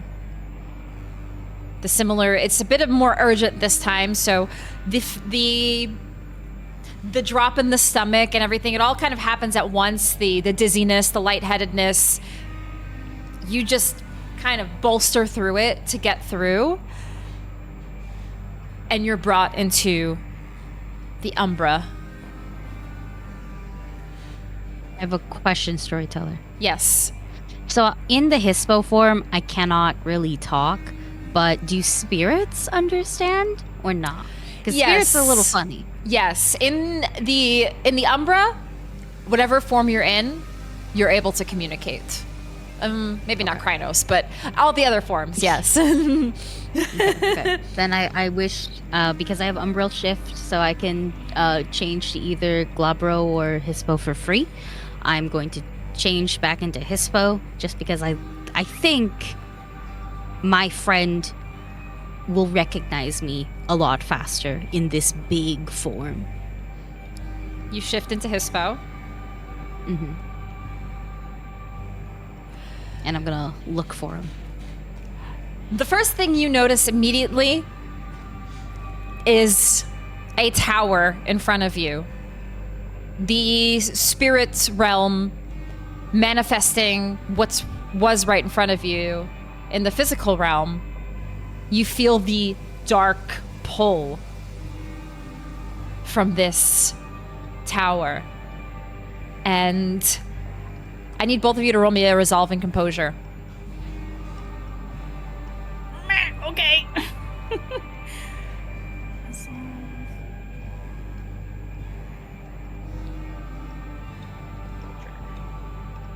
Okay.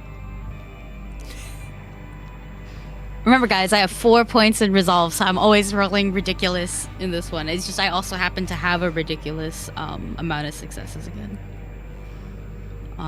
6 with a crit. Okay. 3. 3.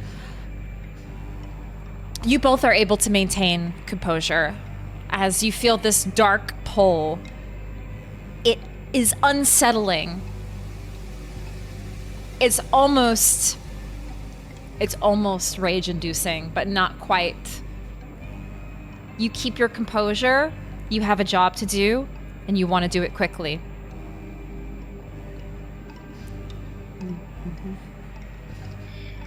What would be the best way to summon my friend here? Yes. You know, one of the best ways would be to find something familiar and the best way that you do reach out in other means, a howl. I was thinking it was going to be like a howl, and perhaps like my message is passed through in the howl, and that's what I will do. I call to them. Do they have a name? Because I was never given a name. Did I give them a name? I didn't. Okay. If you want to name them. Okay. I call to them, and in the howl, you hear their name, and their name is Hope. Hope.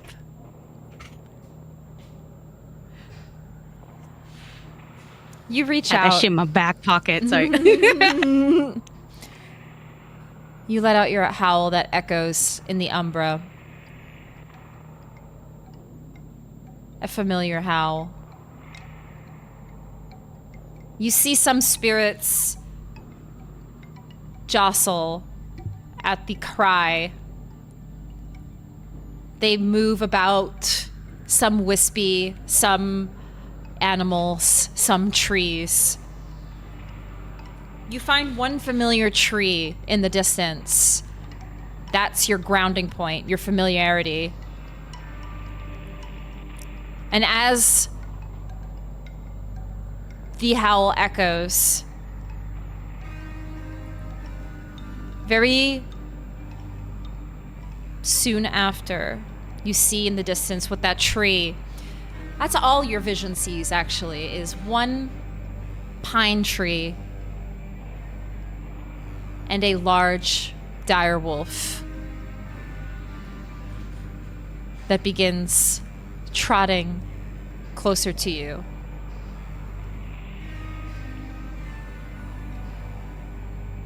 It stands taller than both of you, at maybe 10 feet tall.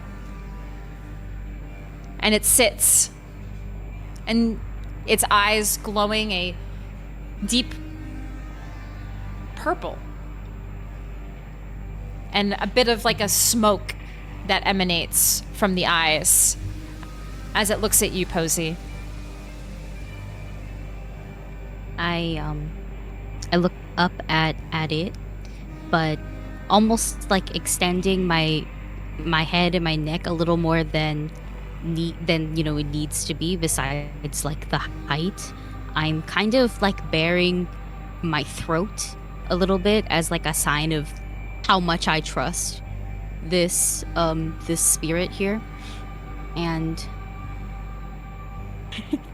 I guess through body language and perhaps barks with meaning, I will kind of invoke what this place is, where the spiral lays, and this what this structure is, and that we need their help. We want to help, but we cannot, do this alone. We're wolves. We're not supposed to be alone. She stands on all fours and then arches and bows to you Posy, and then sits straight up and howls. A long, echoing howl that both of you hear ring throughout this region of the Umbra. It's pleasant to your ears, but also fierce, commanding.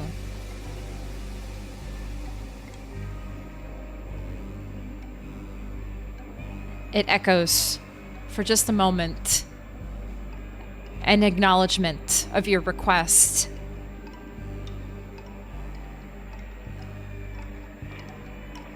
It turns around and begins heading toward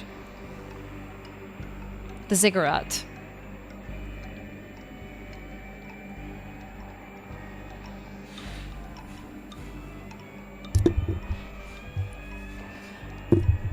This is a question. Are Yes. we meant to follow? Okay, thank you. I was gonna say, we're gonna quickly jump back to the physical realm, where IW and Obi, the two of you, are standing guard at this portal that has been opened between realms. And a few minutes pass. You begin to hear a slight grumble, growl off in the distance.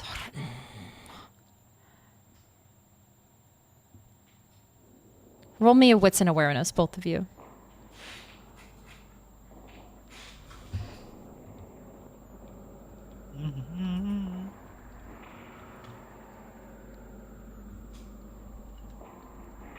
Boy, oh, two successes.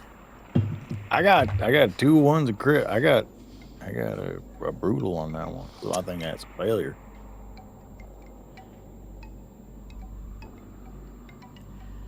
Obi. One moment. Just want to look at something. Abandon the dice roller. You literally have D10s at your desk. Abandon it.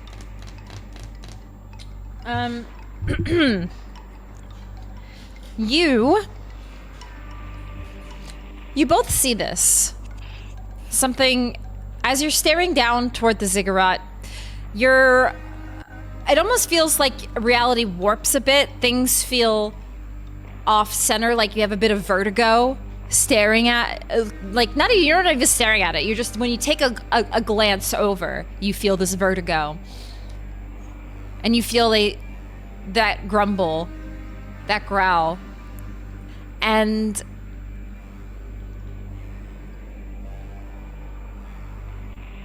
that's when you see IW, you see it first. A Krynos Garou walking toward you. But this one, it looks feral beyond what a normal Krynos looks. It almost looks rabid. This is distorted. This is the worm.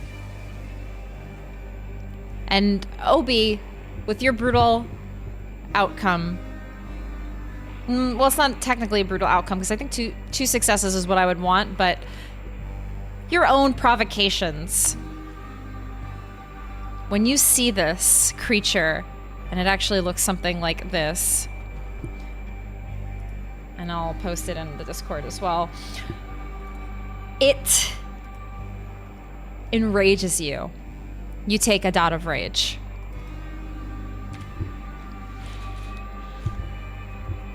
It begins walking toward both of you in this feral state, and you hear ching, ching, chains that were on its legs, connected to its legs, that just are loose now. Ching, ching.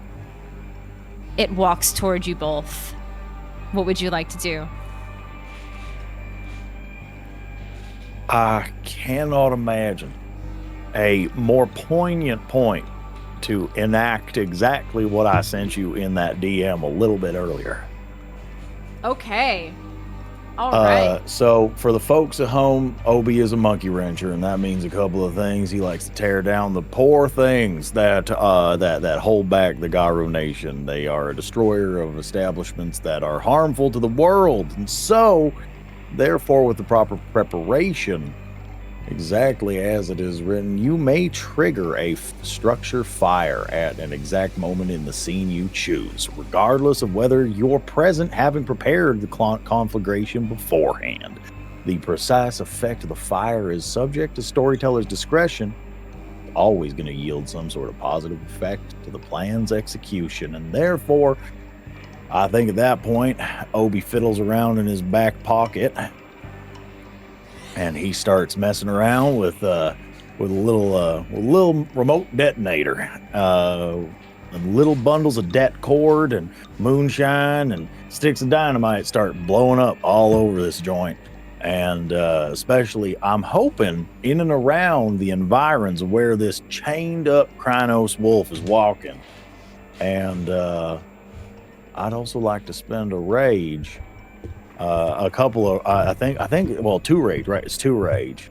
Krynos don't do well, regular people don't do well against a Krynos. That's a warform monster walking at us, full tilt, black spiral, walking it. I think it's time. I'm going to hit that button, and then you're going to hear the crunching of bones, the snapping of ligaments, the tearing of flesh as Obi becomes this 11-foot tall war machine.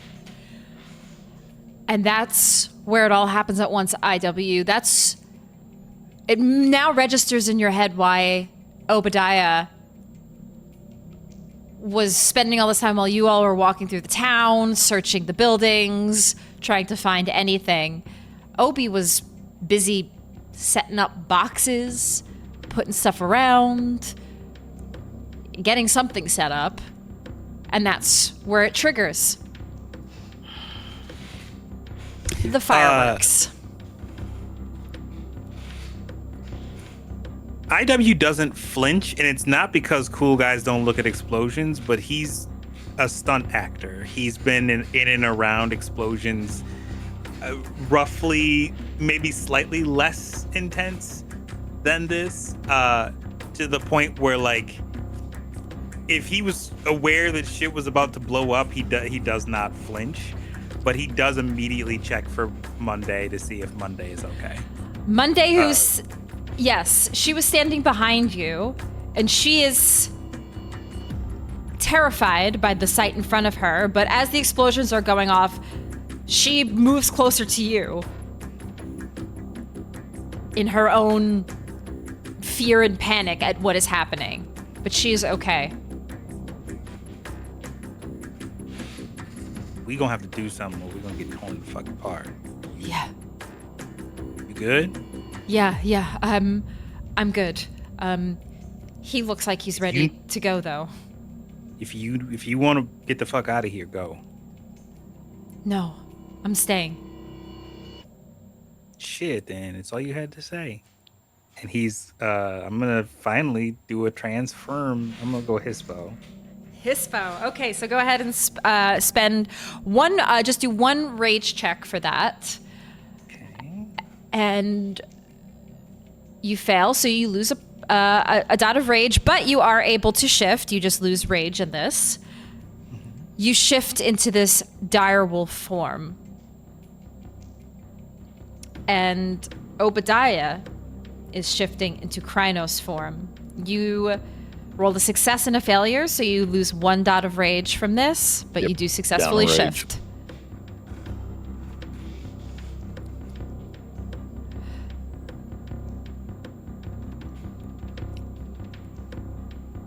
Back in the spirit realm, in the spirit wilds, the effects of this explosion,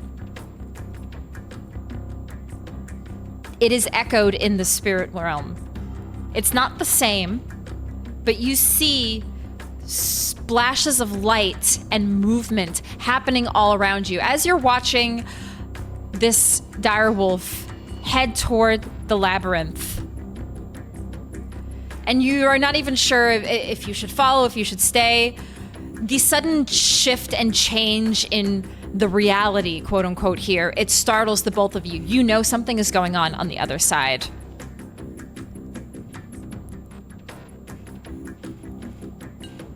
I immediately look to Posy. Mm-hmm. We gotta go. Something's happening. Ooh. I look at you, and then I look to where the spirit was. And I think I am able to communicate that I need to stay with the spirit. One of us has to. It might be better for you to go and for me to stay. I could last a little bit longer here. That leads to a storyteller question for me. If I leave, is Posy able to come back without me? Because if I get into a fight, that portal's gonna close. Yes, there is a risk. There is a risk. You can keep it open when you go, but if something happens to you, yes, it could close and she could be stuck in there. I know you know the wilds, but if I go out there and anything happens, that portal closes. Are you sure you're all right with that? A very strong, not even like it's a strong like nod of the head and her eyes closing, and for a second she just looks like this figure of black smoke. Like this is like fully I understand, and I am okay with this. I think something that I do probably only with Posy in the group. I step to her, I put my hand on the side of her face, and I say, "You be careful now." I give her a little ruffle, and I will step to the portal. Mm-hmm. Alma doesn't like it, but it makes sense. You step Yeah. through. You leave Posy with the spirit.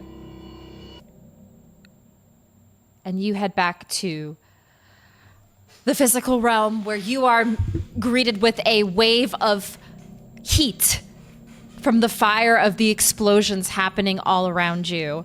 And you see this exact sight of Obadiah shifting into Krynos form, IW shifting into Hispo form, Monday just standing her ground, watching everything around, watching the explosions carefully. And as the explosions hit toward the center of where the ziggurat is, it hits a wolf that you see in the distance with chains around its arms and feet that just stumbles forward toward you, Obadiah, and you have a clear line of sight for this creature who's hit the ground and slammed into the ground, just leaving an entire mark through the dirt.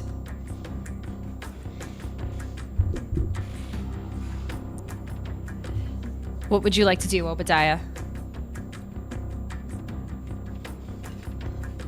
Where before he had to hold back because it was an ally, Kurrian was one of us, if only just barely tainted. This thing is a gangrenous, blighted affront to Gaia, and he in this rage-filled form, he can only truly formulate a few cohesive thoughts. He isn't really cogent at the moment, and therefore he is just going to relish in the fact that he actually gets a chance to rip and tear and bite and snarl. And you see the slavering jaws and the flexor muscles all along his hands and his forearms, and then he just leaps at this creature with only the intent to kill. You leap to strike, and you know the deal. A strength and a brawl.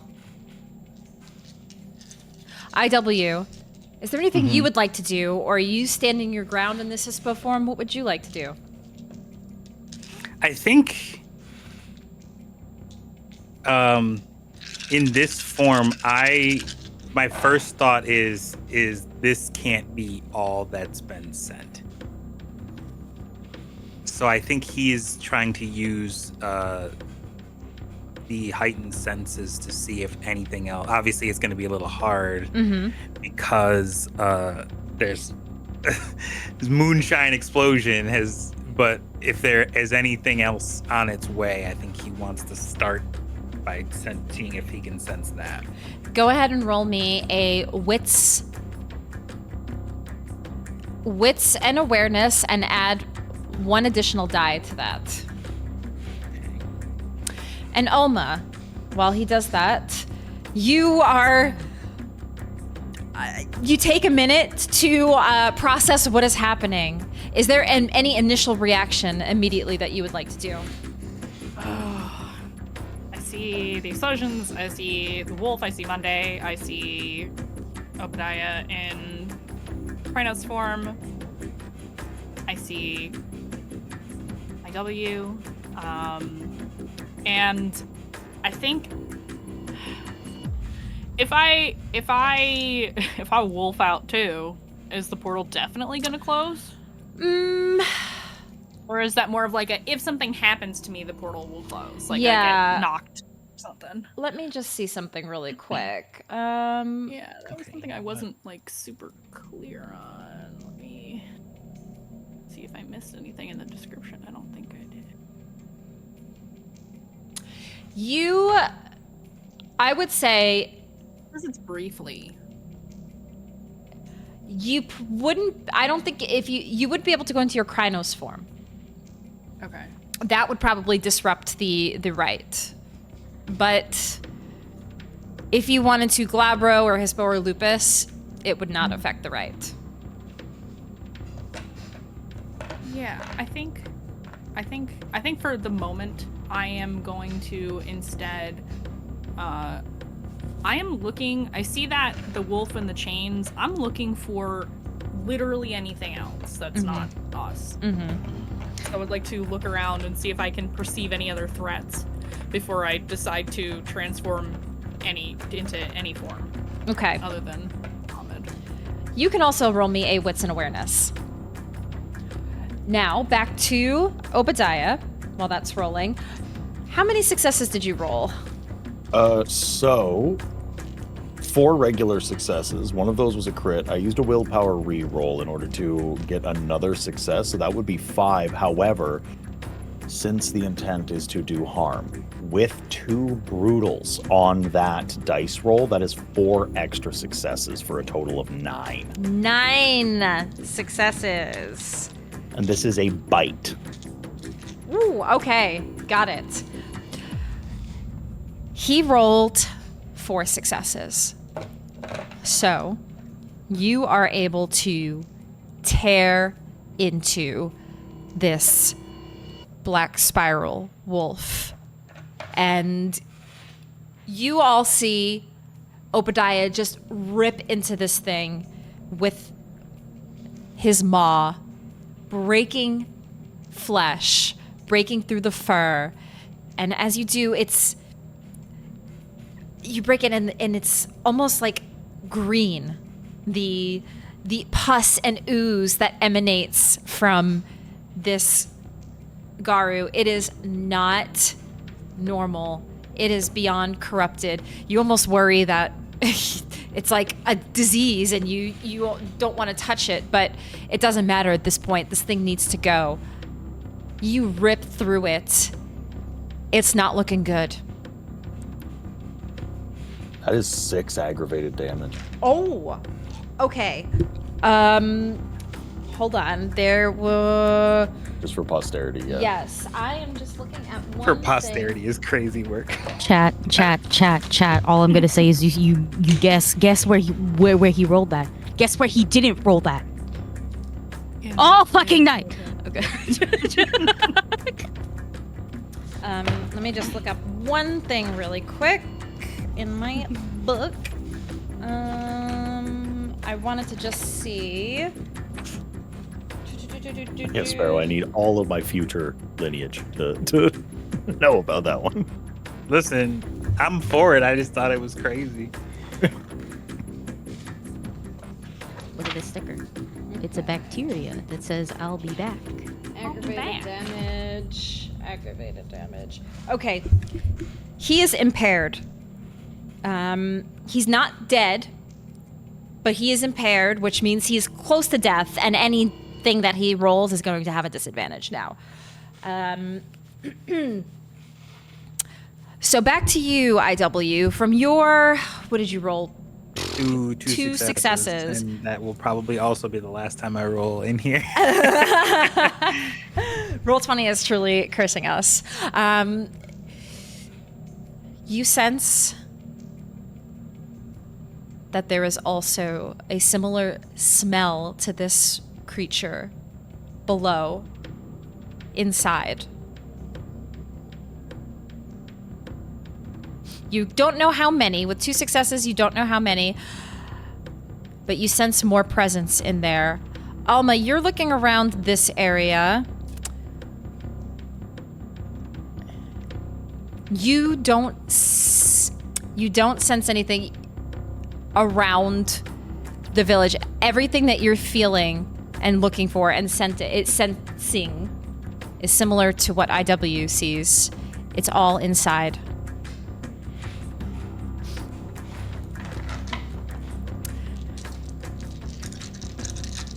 Obi, I'd like you to roll again. Or what are you doing now? Now that this creature is impaired, it's been torn into 6 aggravated damage. It's yelping and trying to reach for you. Ain't nothing else to do. You gotta put it down. Yep. These things come back. If you don't stomp it out, burn out the infection, it comes back time to time. And he's going to try to go for you, but...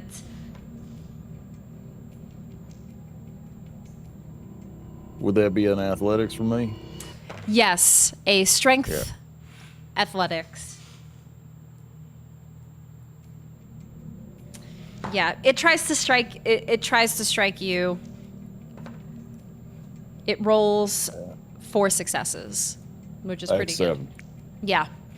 No, Yeah, no, that's big. I'm no rolling dice. No dice. So you go to strike it in what may very likely will be a final blow. Yeah, we're gonna just roll it real quick. We can get this out the way. I could roll horrendously, and this could draw out a little longer. I have only rolled 3. That is only 3 successes. It also rolled 3. Okay, so So it that goes to mean you. I do. Yeah, that'd be strength +1. So that'd be 5 more aggravated damage. At this, Obadiah, the festering wound that you tore through begins to corrupt the entire body as you take one more strike through this creature. The carnage, blood, pus, all shoots out, and it draws its last breath and dies in front of you.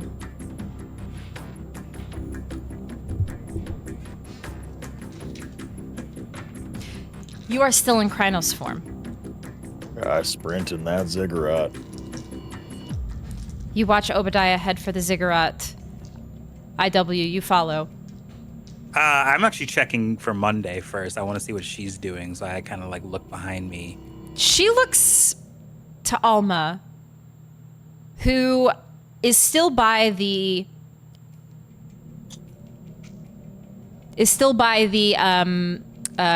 Portal? the portal. I can stay here.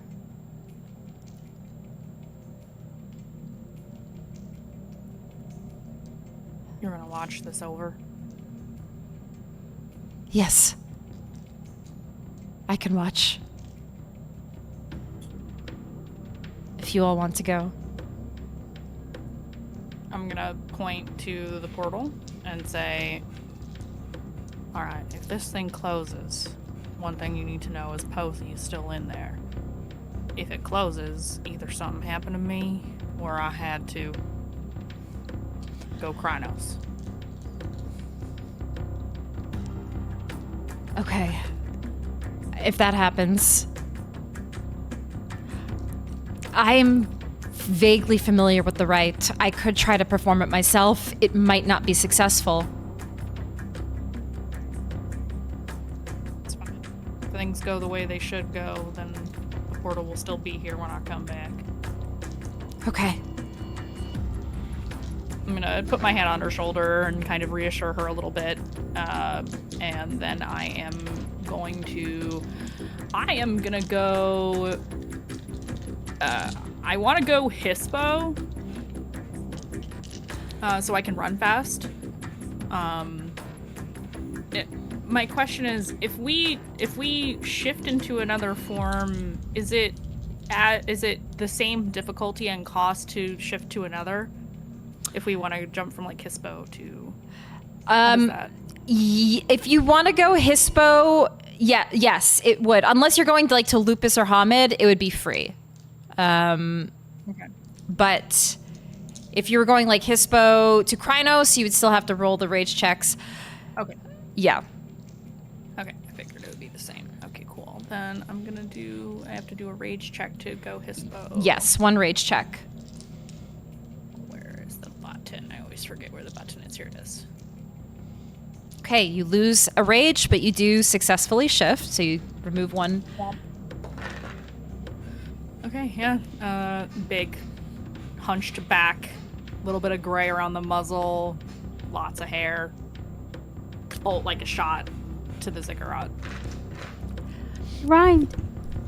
The three of you head toward the ziggurat, and in the spirit wilds, in a similar,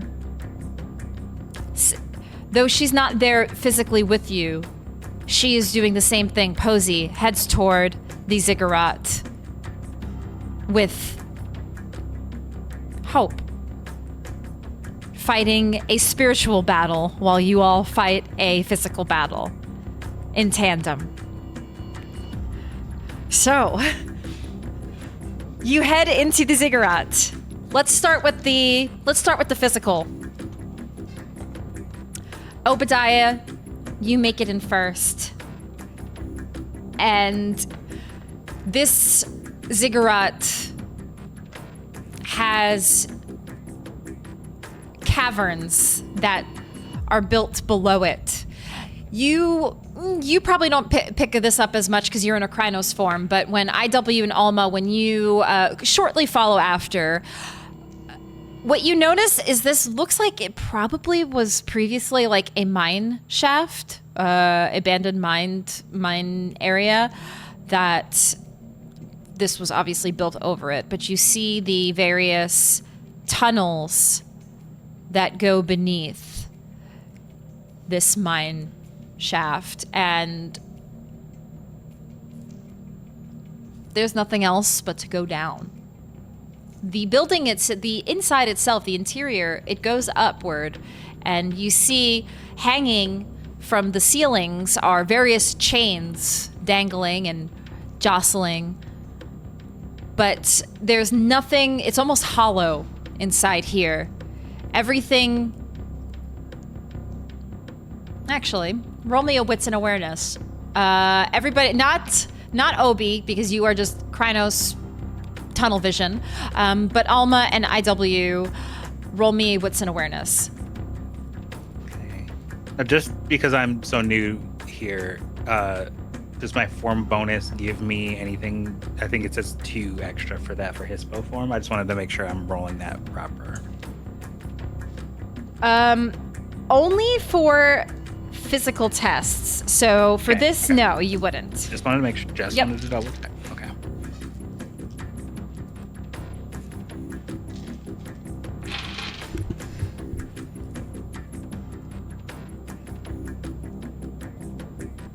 Four successes. Same. 4. For what you notice in this ziggurat is on the walls there is various inscriptions and writing. And what you notice A lot of it seems nonsensical, but one thing that stands out to you is this weird spiral imagery that is all along the walls. And you cannot decipher, nor do you have time to even try to decipher what all of this means. But these are just things that you see, things that you observe as you are walking through the ziggurat. But the only real place to go is down. And so that is where you go. Down into these various caverns.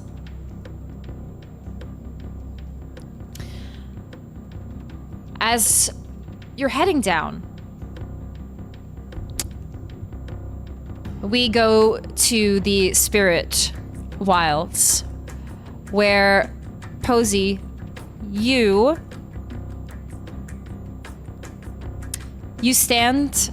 catch up to Pope, who is now in a more defensive stance, growling at what looks like some sort of... It looks like another spirit, but this spirit is corrupted. This is the form of a bat.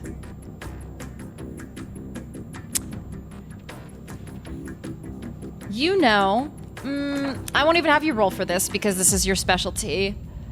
The bat is a patron of the Black Spiral. Like, your patron is the unicorn, Alma's is the horned serpent, Obi's is the rat, theirs is that of the bat. And it flitters around sporadically. And you see Hope's eyes are on this bat, tracking its every sporadic movement, waiting to strike.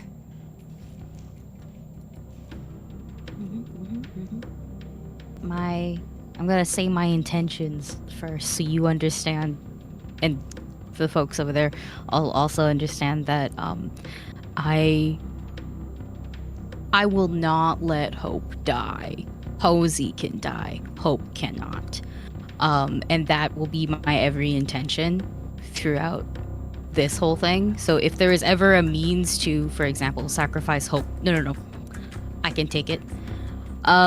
So she looks like we're getting ready to strike. I too will also strike. I may strike first, so that way the attention will be on me and not Hope. I'm pretty sure Hope is the stronger bite, but in Hispo form, my bite's pretty strong too. She looks to you. This needs to be contained.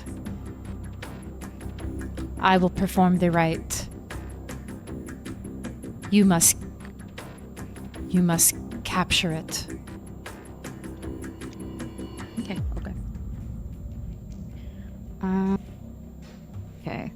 I'm just double checking what I get with this form. So, to contain this, I could still strike at it, in a sense, right? Yes. Okay, then that's what I'm gonna do. I don't think I'm going for necessary. I'm a wolf. I have to bite. That's what I'm doing.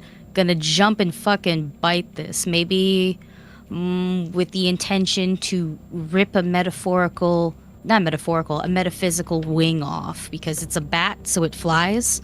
I'm gonna ground the bitch. Okay. Go ahead and roll me either strength or dexterity and athletics. And I get that 2 dice bonus because Yes. it's technically physical. Thank you. Jesus Christ. Okay. I'm just double checking something.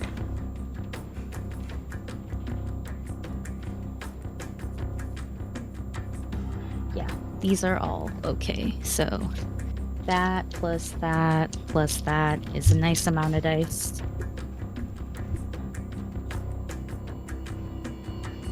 Okay. That's a lot. I'm so stacked, guys. I'm so stacked. Please never send me to buy bread. I can't do that. But I can do this.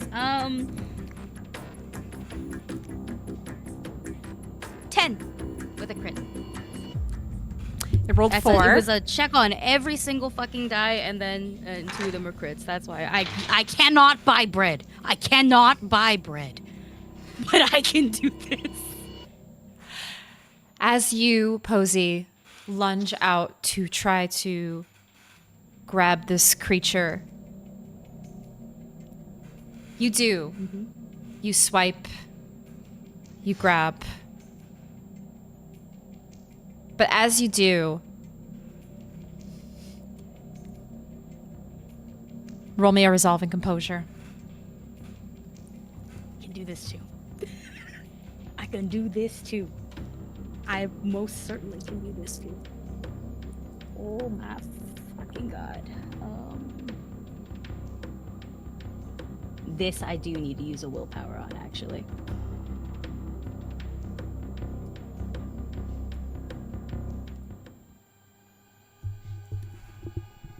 Okay, 3. 3 successes. Posy. You grab into this bat, and in the Umbra, everything shifts slightly for you. It's almost like the ground, the sky, everything around just twists. Like you're in a strange labyrinth that moves gravity, and you feel the pull, and coming from all sides are these black tentacles, these black tendrils that begin to wrap around you. And you feel that fear. You feel tense, you feel the rage. You hold it in, but you don't know how long you're going to be able to hold. Your mind can only handle so much in this realm, and it's now fighting back. It's grabbing you, but you have a hold on it, but it also has a slight hold on you. You look back and you see Hope beginning to perform the ritual, or the rite. You have to just hold for just a little bit longer. But for now, we shift back to the physical realm, with Obadiah leading the way down these caverns, and Issac and Alma following. The caverns open like a cathedral. As you get lower, there's a level that you stop at. This is level 1 of the mines. And that's when you will all begin to hear it now. What Posy had heard earlier. Ding, ding, ding, the tolling of a bell. You look around, and as we're entering into a new scene, Obadiah, you feel the frenzy beginning to stir. Roll me a willpower check.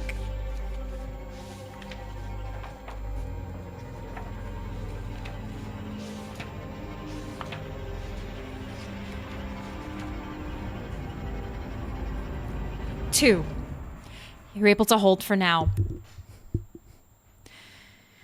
As you feel an incredible sense of rage and frenzy take over, you maintain composure for just a moment.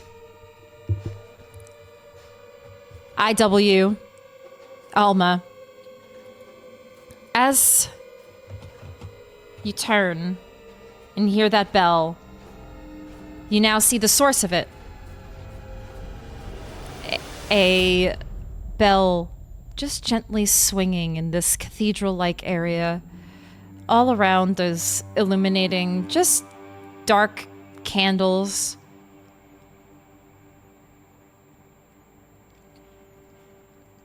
And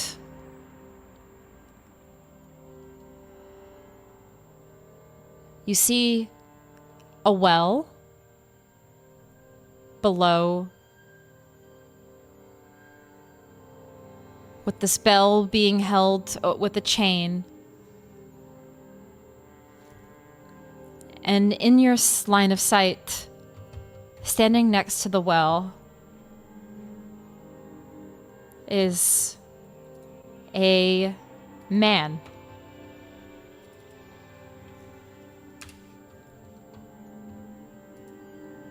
He stands with a symbol behind him, and on his back is the fur of a Garou. He turns and looks at you, IW, and Alma, and Obi as well, though you're more focused on anything and everything around you. With a dagger in his hands and his arms open, he looks at you and just says, "Welcome, children of a dying mother." And his smile, just so slight, and something, IW and Alma, you sense in him the presence of the worm. Something about this feels different from that black spiral Garou that you fought outside. He's different. Something else, another presence, another taint of the worm lingers here.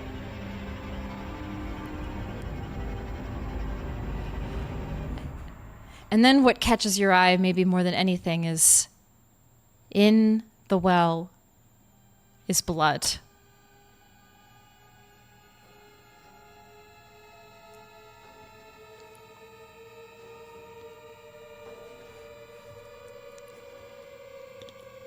It's a deranged scene.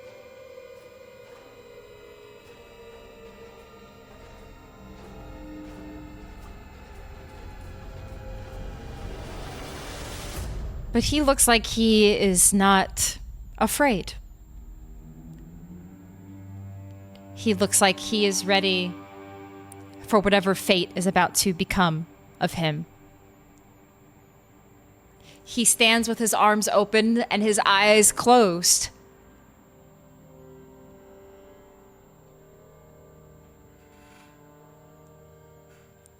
What would you all like to do?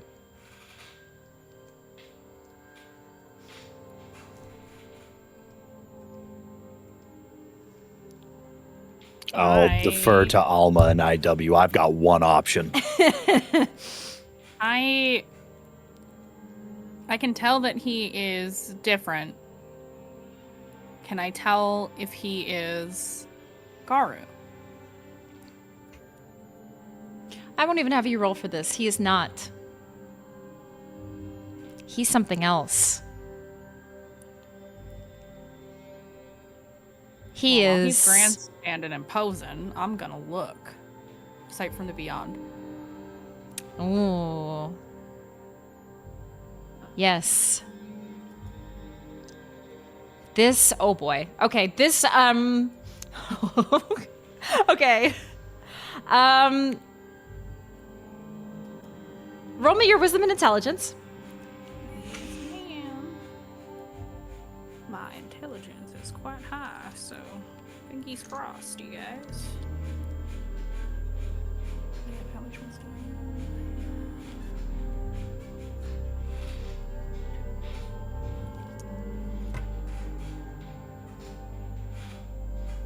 While that's going on, Tracy, Isaac is going back to Hamid form.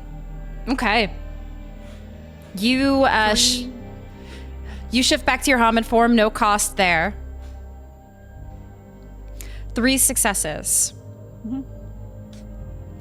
You look and gaze beyond in the umbral landscape before you. And what you see, Alma, it's a sight you've never seen before. It's disturbing. Surrounding this man is something dark. It's not a spirit, no. It's some sort of creature that stands bipedal, and its head has horns. 2 ram's horns that twist around and around and around. Alma, roll me an intelligence and occult. Sure can. Intelligence.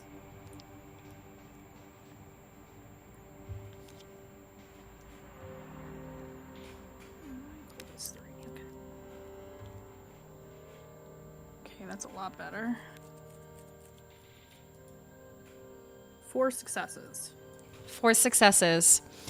Alma, you have never seen a spirit like this before, and your mind is racing through a million different things that you've encountered in your human life and your Garou life. The thing that this maybe the closest looks to is things that you've seen in human during your human days. It almost looks like some images and depictions you've seen of Baphomet.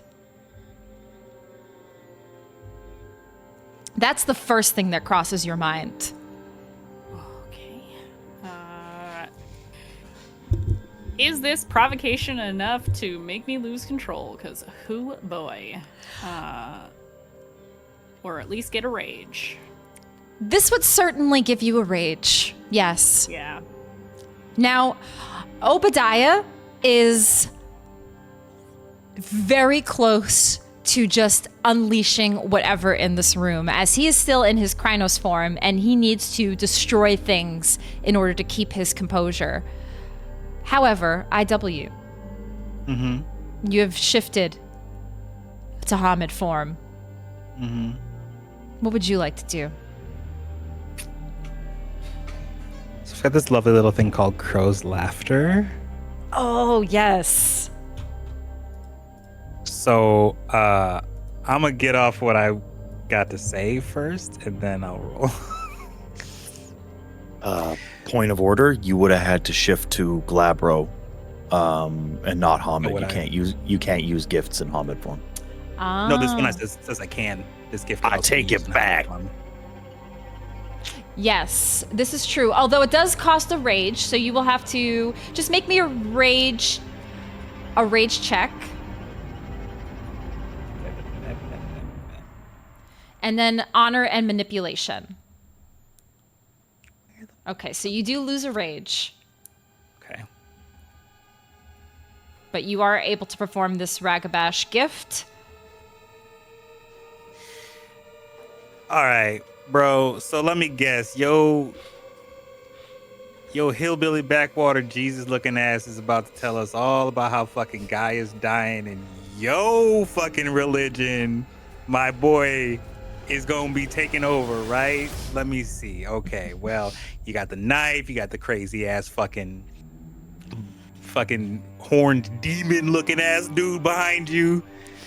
Ain't washed his teeth in 3 days looking ass dude. All right, brother, come on. We really gonna just let me spare you and I'm just like talking shit at him because I want his attention fully on me so that they can do what they need to do. So let's see here. That is So you roll me an honor and manipulation. You bet.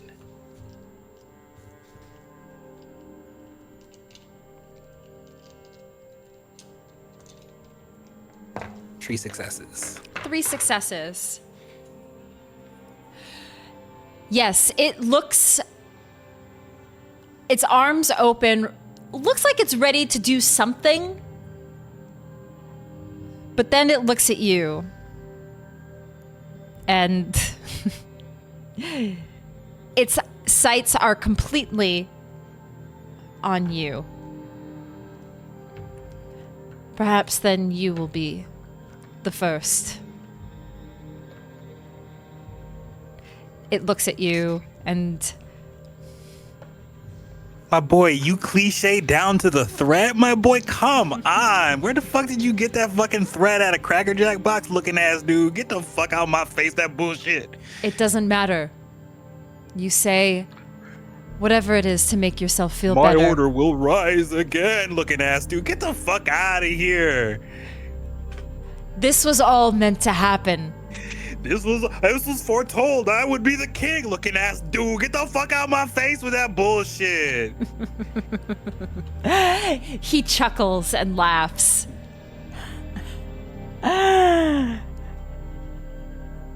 With its attention on you, Obadiah, Alma, what would the two of you like to do? There's a way past this area, correct? There is a lower, like it goes deeper. But seems to be the only area in this level. So you go like up, back to the surface, or deeper.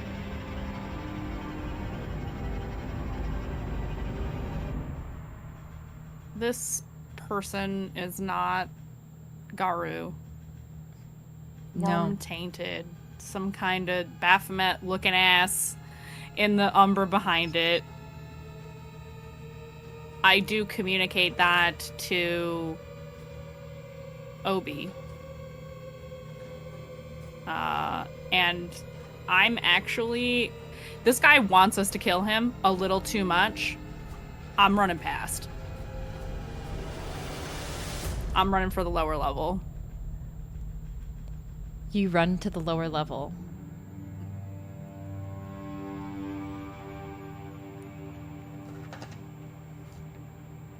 As you head down lower, the sight, it only gets worse from here, Alma. You do at least see the source of the chain from the bell. It looks like it continues to go lower and lower on the back wall.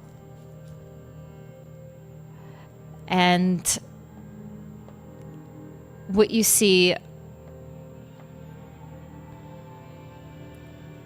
bodies.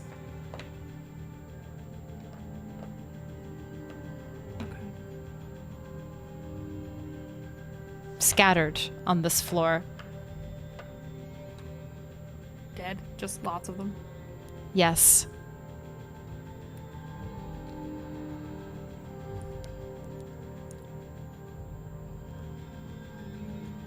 Do I smell anything different, abnormal?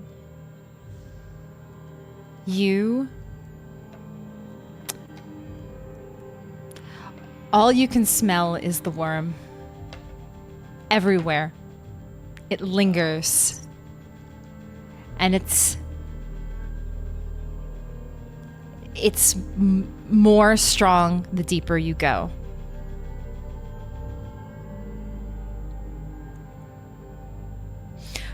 And I am alone. Obi did not follow. Obi, what are you doing? Obi is torn. He is very torn because Alma running off alone is a panic switch. But on the other hand, there is this horrible figure that has been rendered less attentive by the efforts of IW. And I think I'm gonna leave this to a roll. I don't know if Obi would make a decision. I think this is just gonna be, I'm just gonna roll a D10.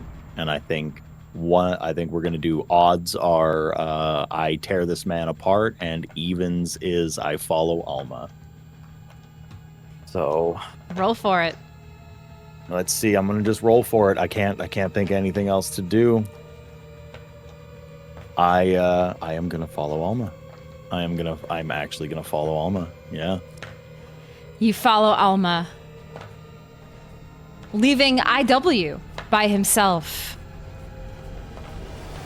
with this strange cultist. And we head back to the spirit wilds.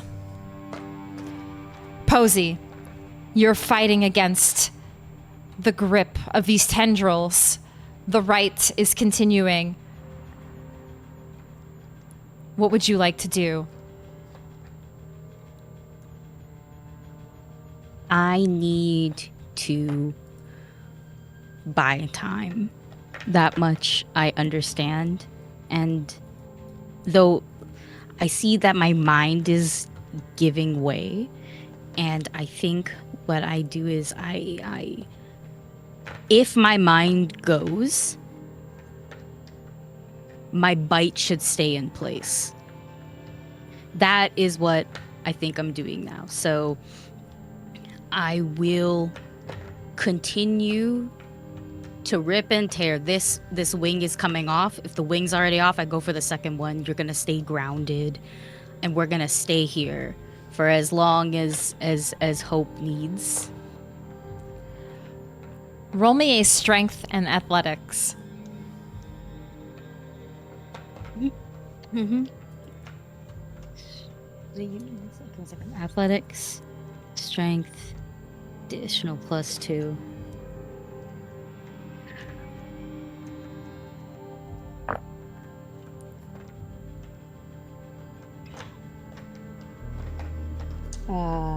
One second. Do I go crit fishing?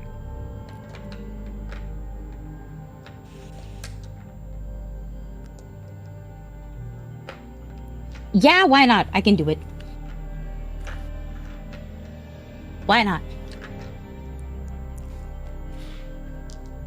Crit fishing always works. 7 with a crit. 7 successes. You are able to fight back against this grip, hold your own ground, begin to move closer toward Hope as she is completing the seal to bind this creature to a cage.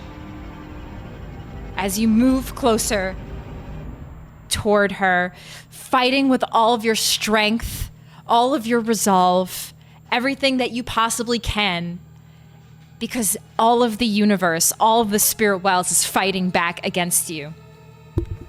But you hold, and you move closer.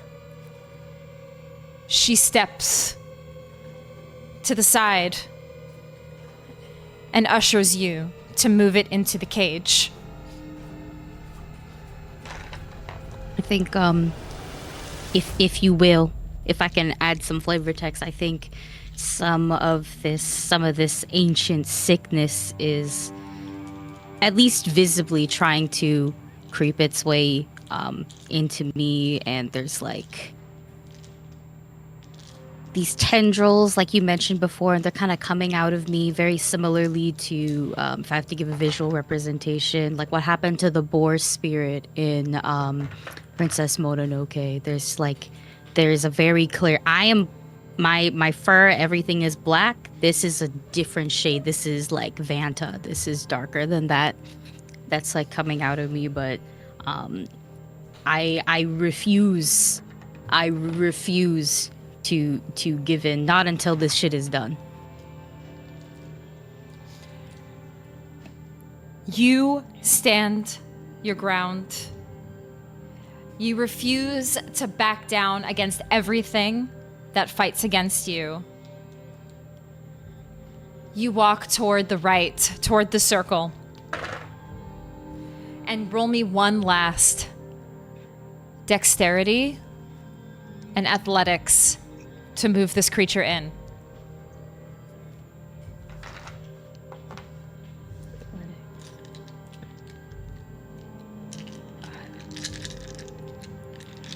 Oh, no weapons formed against me shall fucking prosper, Diva. 1 second.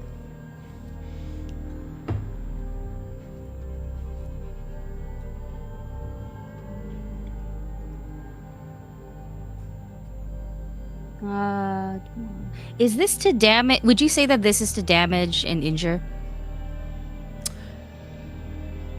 Yes, it would definitely be to damage. Amazing. With the brutal outcome, then this is what that's 4, 5, 6, 7 again. Okay. But brutal outcome. It rolled to try to resist, and it only rolled 2 successes. So, this is what happens, Posy. You thrust this thing with your maw holding onto it, and the tendrils begin to loosen. This creature that was once a bat is now a bit of just a mess of tendrils and everything that just is unnatural to this spirit realm. You complete this ritual with hope, and you bind it into a cage. The spiral around slowly dissipates. It's like a smoke, a wispy smoke that you see beginning to vanish. And things begin to rumble once again. Alma and Obi, you feel this slightly, a slight rumble in the ground. Something in the spirit wilds. Alma, you know, as the what you just performed, your penumbral senses or sight from beyond, it lingers, and you know that something just happened in the spirit realm. And as that's happening, there's a rumble, and the chain that was holding that bell begins to shatter and break.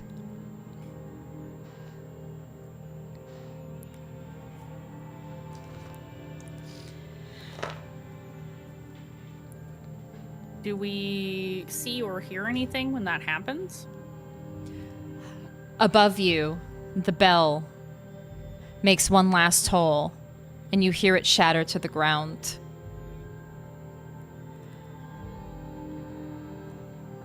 Alma, below you, you hear the slight growls that you once heard.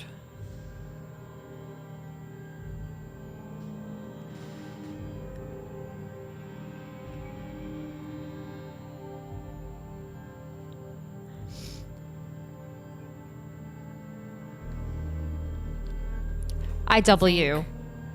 Okay. You are continuing to talk to this cultist.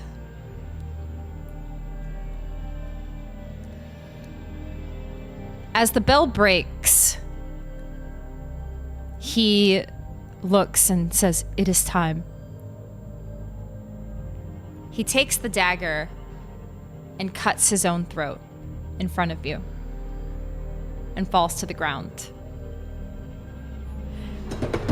And it's at this time that the walls,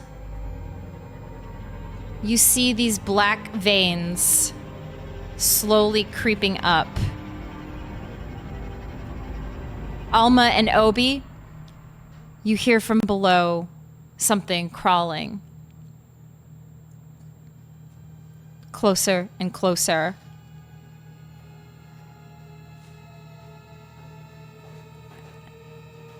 And that's when you see it. An abomination. Another black spiral dancer. In Krynos form. But this one even more twisted than the one prior. It almost looks like... The only thing I can describe it as is if it was flesh crafted, like a Tzimisce would. There are bits and pieces all attached to it. It's large. Its mouth is 3 times the size of what a regular Garou mouth would look like. It is the most horrific sight you have ever seen. That one of your kind would fall this far. It's disturbing. It brings rage to you once again. Obadiah and Alma, you're the only two that see this. So you both can get a rage. IW, what would you like to do after this happens? And now you see the veins on the wall. Everything starting to shift. What is this creature that was behind him doing?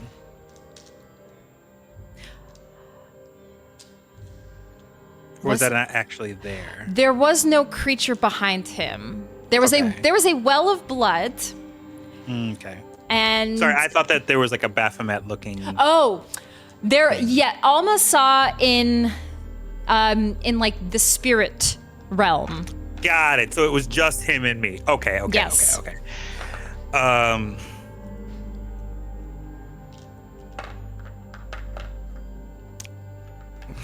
Just for comedic effect, IW goes up and kind of just like kicks his foot and goes, "Fuck ass, dude," and like goes down to where he saw Alma and Obi going. Obadiah, Alma, you see IW return, and IW, you see the same sight, and it brings a disgust to you, just as much as it did to them. You also gain a point of rage. What would the 3 of you like to do? Oh, Mama's not playing no more. It's Warform time. Mm-hmm. So that's Warform. What about you, IW? Same. Both of you roll me your rage checks.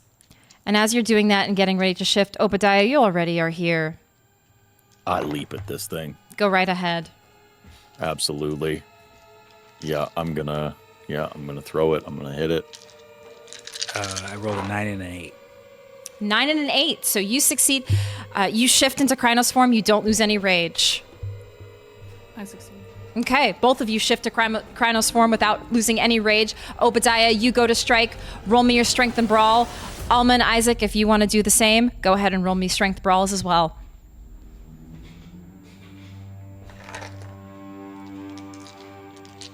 That's 11 successes. 11 successes. I am going to use a willpower and re-roll. Go ahead. That is 13 successes. 13 successes.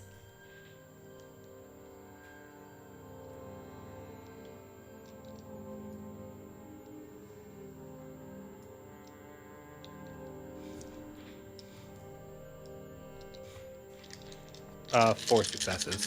4 successes. No crits or brutus. 5 successes. Obadiah takes charge and takes point, leaping onto this creature. The 2 of you follow, and there's a lot of surface area on this creature. So yes. If I may, IW goes for the legs almost every time. He is ripping at tendons that will stop this thing from standing. Actually, I like this. IW goes for the legs. Obadiah and Alma, what do the 2 of you go for? I'll whatever Alma doesn't. You leapt first, so I'm going for whatever you're not, because you jumped Perfect. first. Right for the neck. Neck. whatever Okay. this thing's throat looks like. And what about you, Alma? Probably try to rip one of the arms off. Straight up. Okay. IW is toward the back, the legs. Alma goes for the arms, while Obadiah strikes right at its throat, at its jugular. This large, bulbous maw that is underneath its chin that you immediately go for. I would like all three of you to roll me a resolve and composure as you strike.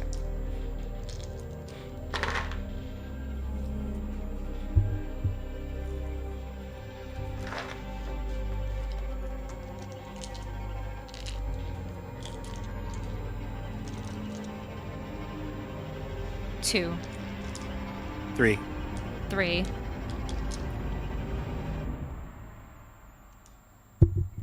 I am struggling to find where the resolve is on my sheet. Should be under mental Upright under attribute. mental. Top under mental. They're both, yeah, this one is both attributes.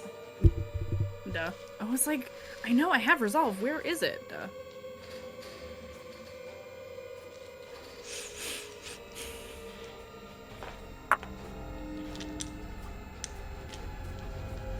Three successes. Three. So remind me again who wrote three, and then Obadiah was 2. Obadiah, you're the only one that feels this. It's swift. We're going to narrate this a bit rather than having to roll for all of the combat. The three of you tear into this abomination. And with the effects of the spirit wild making this area weaker, giving you all an advantage, and Obadiah's precision strike, it doesn't take long for you to kill this abomination. However,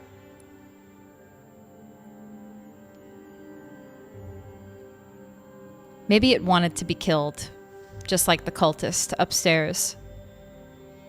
Because whatever lingers within it and around it, it festers like a wound. And IW and Alma, you're able to resist this festering wound, but Obadiah, it hits you. And just as you're dealing this lethal blow, IW, you rip its legs off, and that green pus, almost like an acid, like when you're destroying a xenomorph, starts to linger around. You take a step back. Alma, you take the arms, and they crack like the bones of a chicken wing when you crack it off.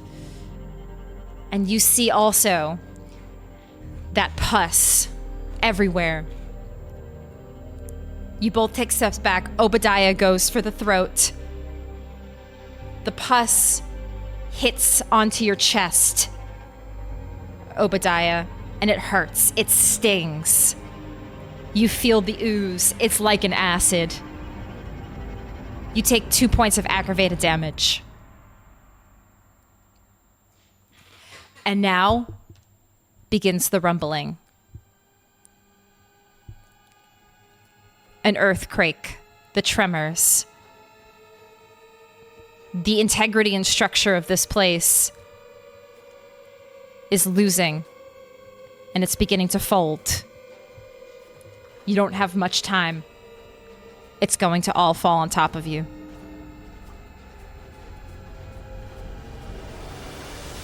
Oh, I'm running. You all leave. Ditto. Yeah, I ain't getting trapped in here. Roll me a dexterity and athletics.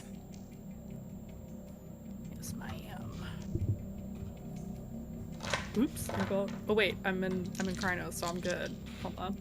Posy, you also feel this rumbling.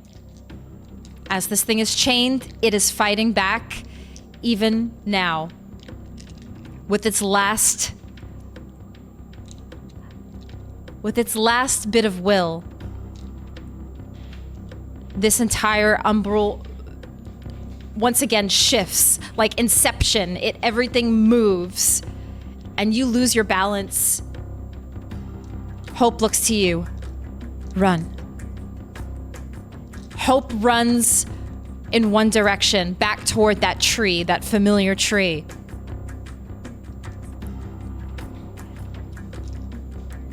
And Posy, if you would like to run, roll me a dexterity athletics as well. Okay. I'm just double checking. She is running. So Yes. she is preserving herself. Yes. Good. Because that's my ultimate goal. Preserving hope. 6 successes with a crit. 6, 5, 2. OB and IW, you're making your way out. Alma, you're keeping up as best you can. As you're heading up through the mine shaft, a large boulder falls and strikes your shoulder. You take 1 point of superficial damage because you're in Krynos form. It hurts, but not that much. The three of you running as fast as you can through the ziggurat, not even taking any more moments to look around, observe, try to figure out what else could be in this region. It doesn't matter. You need to get out of here. This place is rumbling. You need to run. As you're heading out, exiting, back outside, you see Monday standing there, guarding the portal, as she has opened a new one. She holds her best with the rite of shadow passage, standing between this world and the next, with the gauntlet open, waiting for Posy, who is running. Posy, what did you roll? I rolled a 4. 4 successes. You head and you see... You don't see the portal that Alma had open. It's not there. It's gone. But you see another one, maybe another 10 feet from that one. You run toward it and step back through the physical realm, to the physical realm, and you're greeted by Monday, who stands there, and she's looking at Obadiah, Alma, and IW, who are making their escape, all in their Krynos form.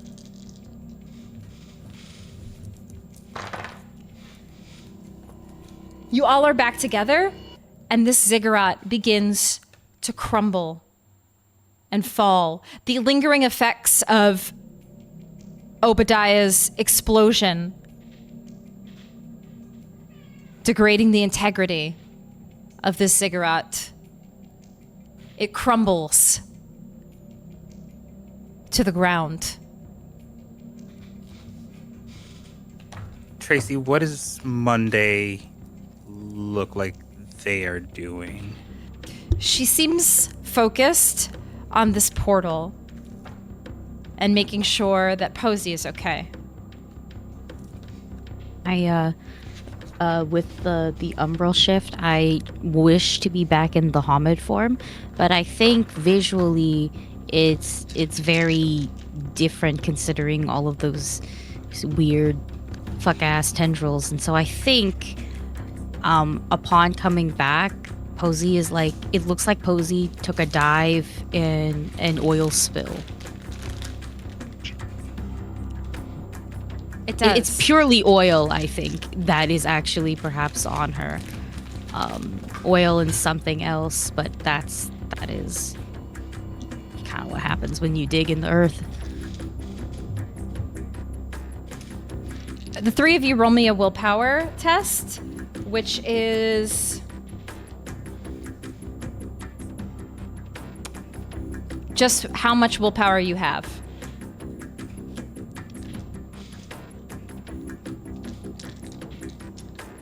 I forgot to mention I did also use a willpower for the running back. Noted.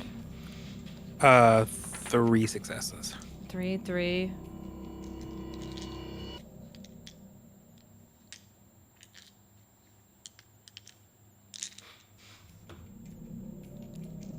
Two. The difficulty was 2. The 3 of you are able to return back to your Hamid form. After this, the threat is successfully dispatched, taken care of. I think Alma and she does shift back, but Alma and Krynos form is not something that is seen hardly at all. Same I've with never seen IW. She looks like she's Same, got yeah, mange for IW. and a big lion mane of fur around her head. She looks scary. She looks half dead. But she shifts back. What about IW? I think his Krynos form is a little bit more sleek and black. Like it's very dark fur, almost like it's a werewolf built for more stealth attacks than just raw power. Very kind of like short fur, like almost like if the light was shown on it, you might see the skin through the fur in certain areas. And this is in fact a sight that we don't see often. Alma and IW. Obadiah and Posy, this may be one of the first few times that you've seen this, as the two of them try to keep their Krynos form at bay, unless for dire circumstances. So just taking that quick glimpse of your fellow packmates as they shift back into their Hamid form, and you all take a breath and try to process what just happened. The dust settles, quite literally, as there is dust that comes up from all of the structure loss in this area. Between the mist and the dust, the vision's not great. But you stand, the 5 of you stand together. Monday, she actually goes to hug you all. IW, she hugs you first.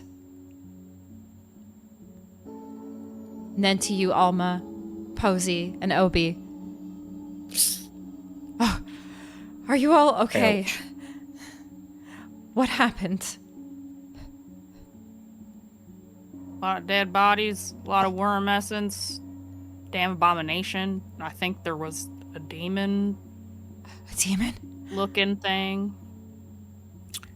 Uh, Cultist shit. let's listen. Can we halt the explanation? Obadiah, what the fuck? You good? 'Cause Nope. if you start talking about fucking spiral dancing and shit, Oh, I don't think it's like that. Ghost is gonna I just bite your got- dick off, and then I'm gonna finish off the rest of you. I just hurt. You can leave And he my just does fucking this, dick like alone. he has no claws, but he like it's like a Stop it. fuck you up, Quit. bruh. Listen, stop threatening me. I'm the one that said to take me out if I got fucking squirrely. I'm So I'm fine. I just telling you. hurt. So now I'm doing the fucking check, bruh. Are you good or nah? Grumpy, I hurt. Something foul in the dirt. I don't think it's gone. Just think we put a Just went fucking berserk. cork in it. Put it in I- a cage. All we did was fuck whatever, man. God. I'm I ready put it to in a go home. cage. You put it in a cage. Yeah. What is this? Yeah, what happened? Spirit friend came. Her name is Hope, and she did the ritual. I kept Wait. it. Hold on. Didn't Eve say something about her mother's name being Hope? No. That's who Kurrian met. A girl named Hope. The fuck? A girl. That's right. But the spirit we talked to was not. She was. That's gonna More keep like things us. nice and unfucking confusing.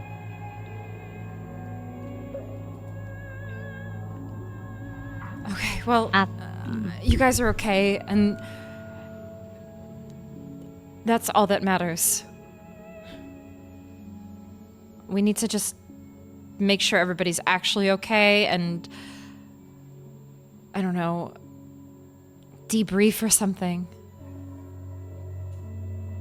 Oh, I'm looking to make sure. Actually, while I was in Krynos, I would have been able to see if he had spiral on him. I believe. You look. Obadiah seems okay. Doesn't appear to have any of the worm on him. Obadiah, you feel okay. Yeah, I feel gross. Feel nasty. Rolling around with that thing was. Ain't. Gotta say that was a first even for me. Man, it just keeps getting worse. I don't even know what that was. Like, I expect spirits to be freaky. Like, I get it, they can have weird arms and legs and they can be abstract and, they're geometry, but with meat on it. Like, you know what I mean? Like, it's weird, but seeing something like that and it's just in a hole in the ground, there's some creature dickhead.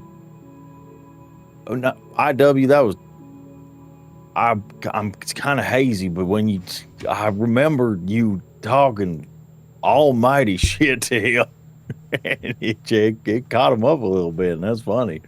That is funny. But that was horrifying. My mouth tastes like iron and bile. Maybe Like we should do the purification ritual on you no matter what anyway. I'd like that and a pillow mint. I think we should do it on Post fucking everybody. I agree. Just every group. You too, Monday. Just in case. Since we Brush were my here. teeth. Yuck. Point of order, Tracy. IW, unfortunate, he resents that this is the truth, but when he asked Monday if she was good and he shifted and she stood there, he's been like, something doesn't feel right to him. So he's not really keeping his back to her at any point. Like, he doesn't want to not trust her, but like part of him, if this was pre his transformation, he would have chalked this up to just like shock. Like, this whole situation's fucking crazy, but like, I understand that she's shocked. But like, he watched her partner go down a fucking spiral, essentially, to the point where we had to kill him. He's mad sus. That's all I'm saying. You keep an eye on her, but she seems genuine. She seems genuinely concerned for all of your well-being. The only thing you sense in her is the lingering remnants of despair, which is concerning in and of itself. But nothing about her seems off. he doesn't like it's a resentful kind of suspicion, and he doesn't try and do anything to like. But it's one of those things where like if they go home tonight and she decides she's gonna stick around, he's staying up to make sure everything's good. And he doesn't say anything to anybody about it.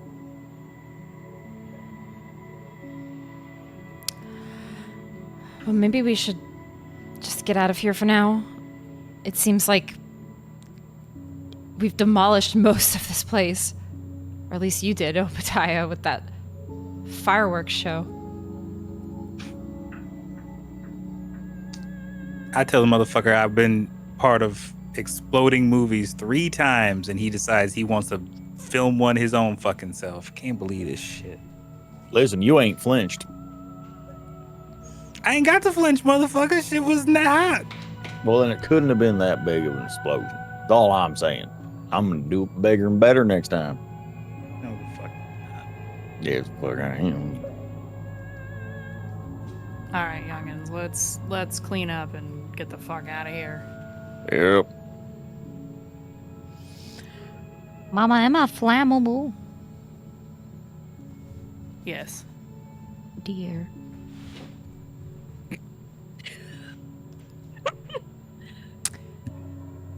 You all clean up, head back up the trail, back to your cars. Have a bit of a moment of laughter, just to lighten the mood a bit after everything that you went through.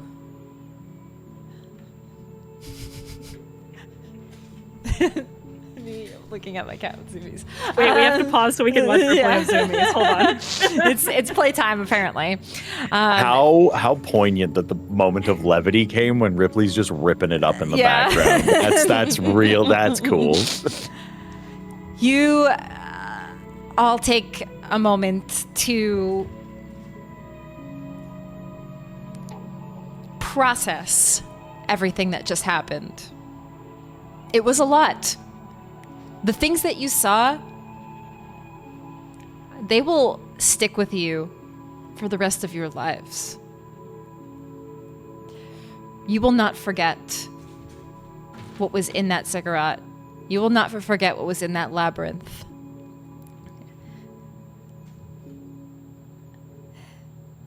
You take time to clean up, to heal the wounds. Alma makes dinner. Or you all make dinner together at Alma's. What's on the menu for tonight? I'm curious. Y'all are getting Can't rely on me this 'cause time. I'm too gonna tell tired y'all to what I cook. had. Y'all are I'm ordering pizza and beer to the house. I'm not cooking. I'm too damn tired. Damn it, I had actually. pizza. Fuck off. No way. You actually got pizza? Oh my gosh. Whatever Sparrow No beer, has is We Nailed also it. have pizza. is what we have in. So did we, yeah. Yeah. So Y'all are getting a bok choy stir fry from IW. He's making dinner tonight. yeah, because pizza here, no good. So you think about ordering pizza, and then IW offers to make dinner tonight. You enjoy some delicious bok choy stir fry. You have some beers. You all relax and decompress. Monday, she joins you. You laugh. You're able to spend time together as a pack once again. But it sits with you. You can't shake the visuals out of your head. The corruption in the spirit wilds, the ziggurat, the patterns and engravings, the spirals, the abomination, the cultist, the pools of blood, the bodies. The wound is quieter. But you think about what was deeper down below in that labyrinth.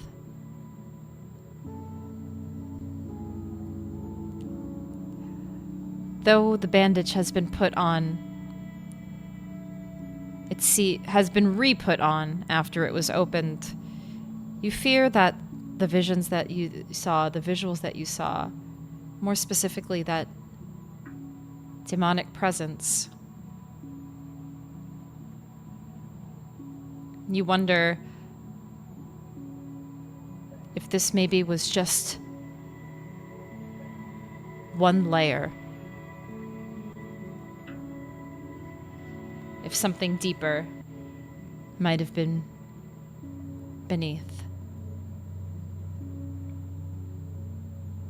And just for a moment, in the corner of your eye, Obadiah, you look, you do a double take. You thought you saw it again.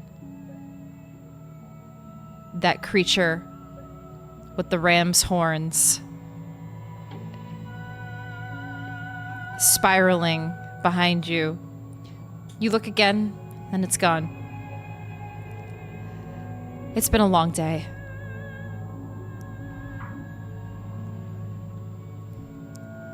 But you rest as a pack, knowing that what you've done in these past few nights, you know that Gaia looks down on you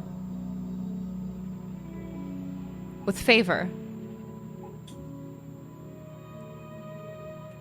But something stirs in you that perhaps the job is still not quite yet done.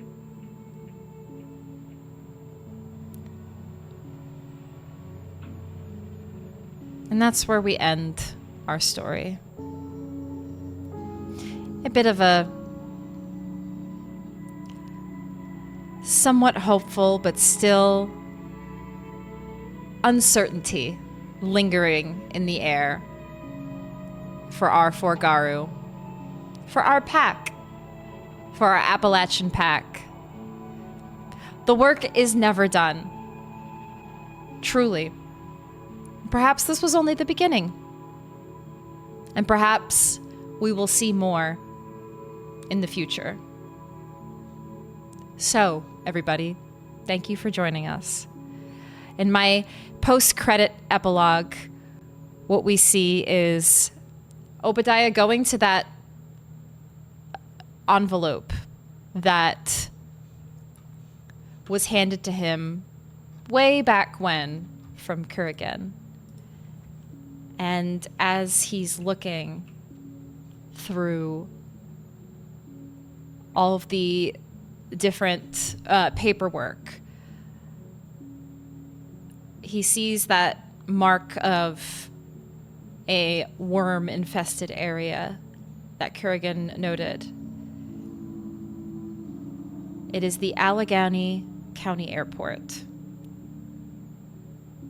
And Obadiah just, makes a note. And we leave our post-credit scene on that. And yes, Spirit of the Pack will return in Avengers Doomsday as we end our story. But there are still so many questions and still so much more to uncover. What was that strange creature that Alma saw? What lies deeper beneath? How long will the darkness be contained? We don't know, but we'll see. So thank you so much, everybody, for joining us for Spirit of the Pack. This was, it got heavy, it got dark, but it was real good, I feel. So thank you so much to my players for joining, and being part of this journey. I so much enjoyed the story. I really, really did. Thank you, everybody in chat, everybody on YouTube who joined us for the journey. I hope you enjoyed it. And I hope you come back for more, because there will be more in this world of darkness. And there is still so much more to see of what this is. I can't even begin to tell you all. But before we close for the evening, I just want to quickly go around the bend, because we don't always do this in our Magi shows, but my 4 players here, well, all 4 of them are regulars to Magi RPG, and you will see them on many of our shows, and including regular shows that we have going on right now. I would love for the 4 of you to maybe just plug yourselves and what you're doing outside of Magi. And for everybody on YouTube, we will have all of these linked below, so you can check out what these folks are doing outside of what they do at Magi. So let's go around the bend here. Mandii, let's start with you. I get to do the spiel now. Hi, Yes. everybody. I'm Mandii, or TheMandii, all over the internet. You can find me here on this channel quite a lot, but I also do work kind of all over the place. I'm a bit of a nomad, but yeah, we're just about to fully wrap up our 3-year D&D campaign, Miss Lost. It's a homebrew campaign that's this Wednesday, and oh my god, there's a cat. I got distracted. I'm so sorry. Even though it's my We've cat. been distracted by cats for the past ending. And you might recognize my face. I have different hair now, but I was in the first Magi World of Darkness too. So yeah, that's me. You can find me all over the internet under the same name. I do TTRPGs and art. That's it for me. Storydad. Hi. I'm Storydad. I own a cat, which is actually the most important thing about me. And no, I do stuff on Another World Tabletop. I made that channel quite a while ago. We tell stories over there, doing a lot of the same stuff the Magi does. TTRPGs on the internet with people that tell them good. And yeah, I got Mandii over on the channel a whole heck of a lot. We're telling Cosmere and World of Darkness stories right now. That's what we're doing. And let's go down to Sparrow.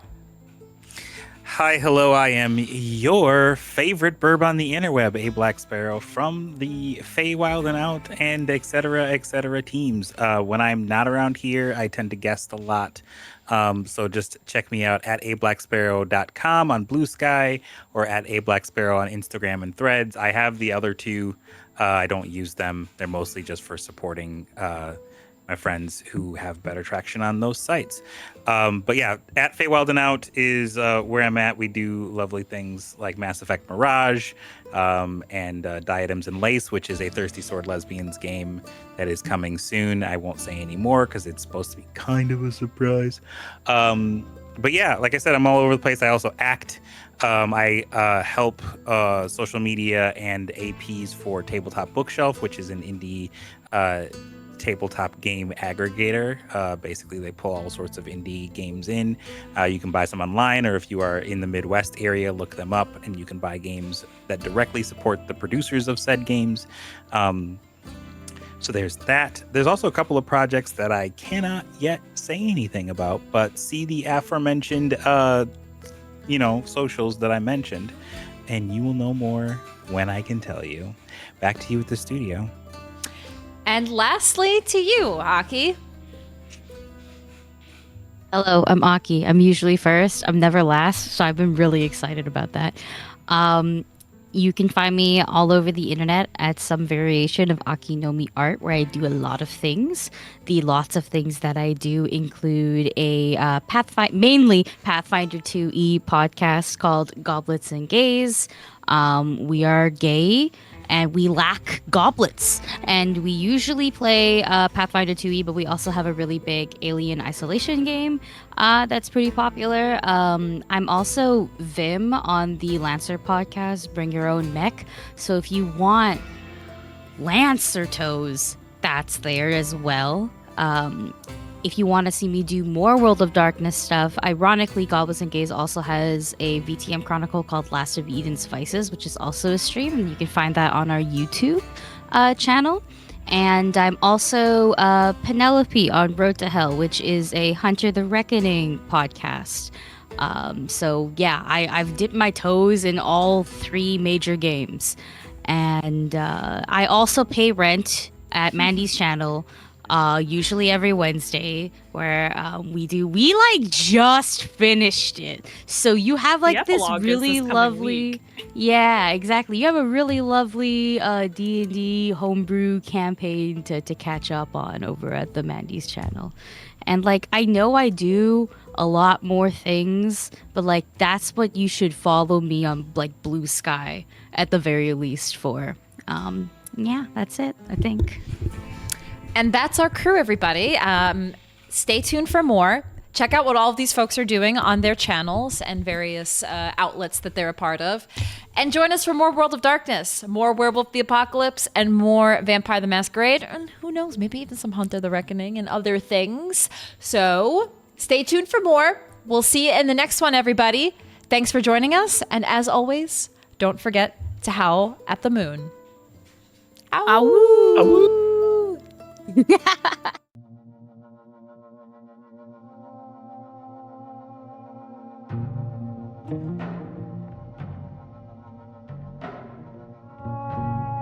Ow.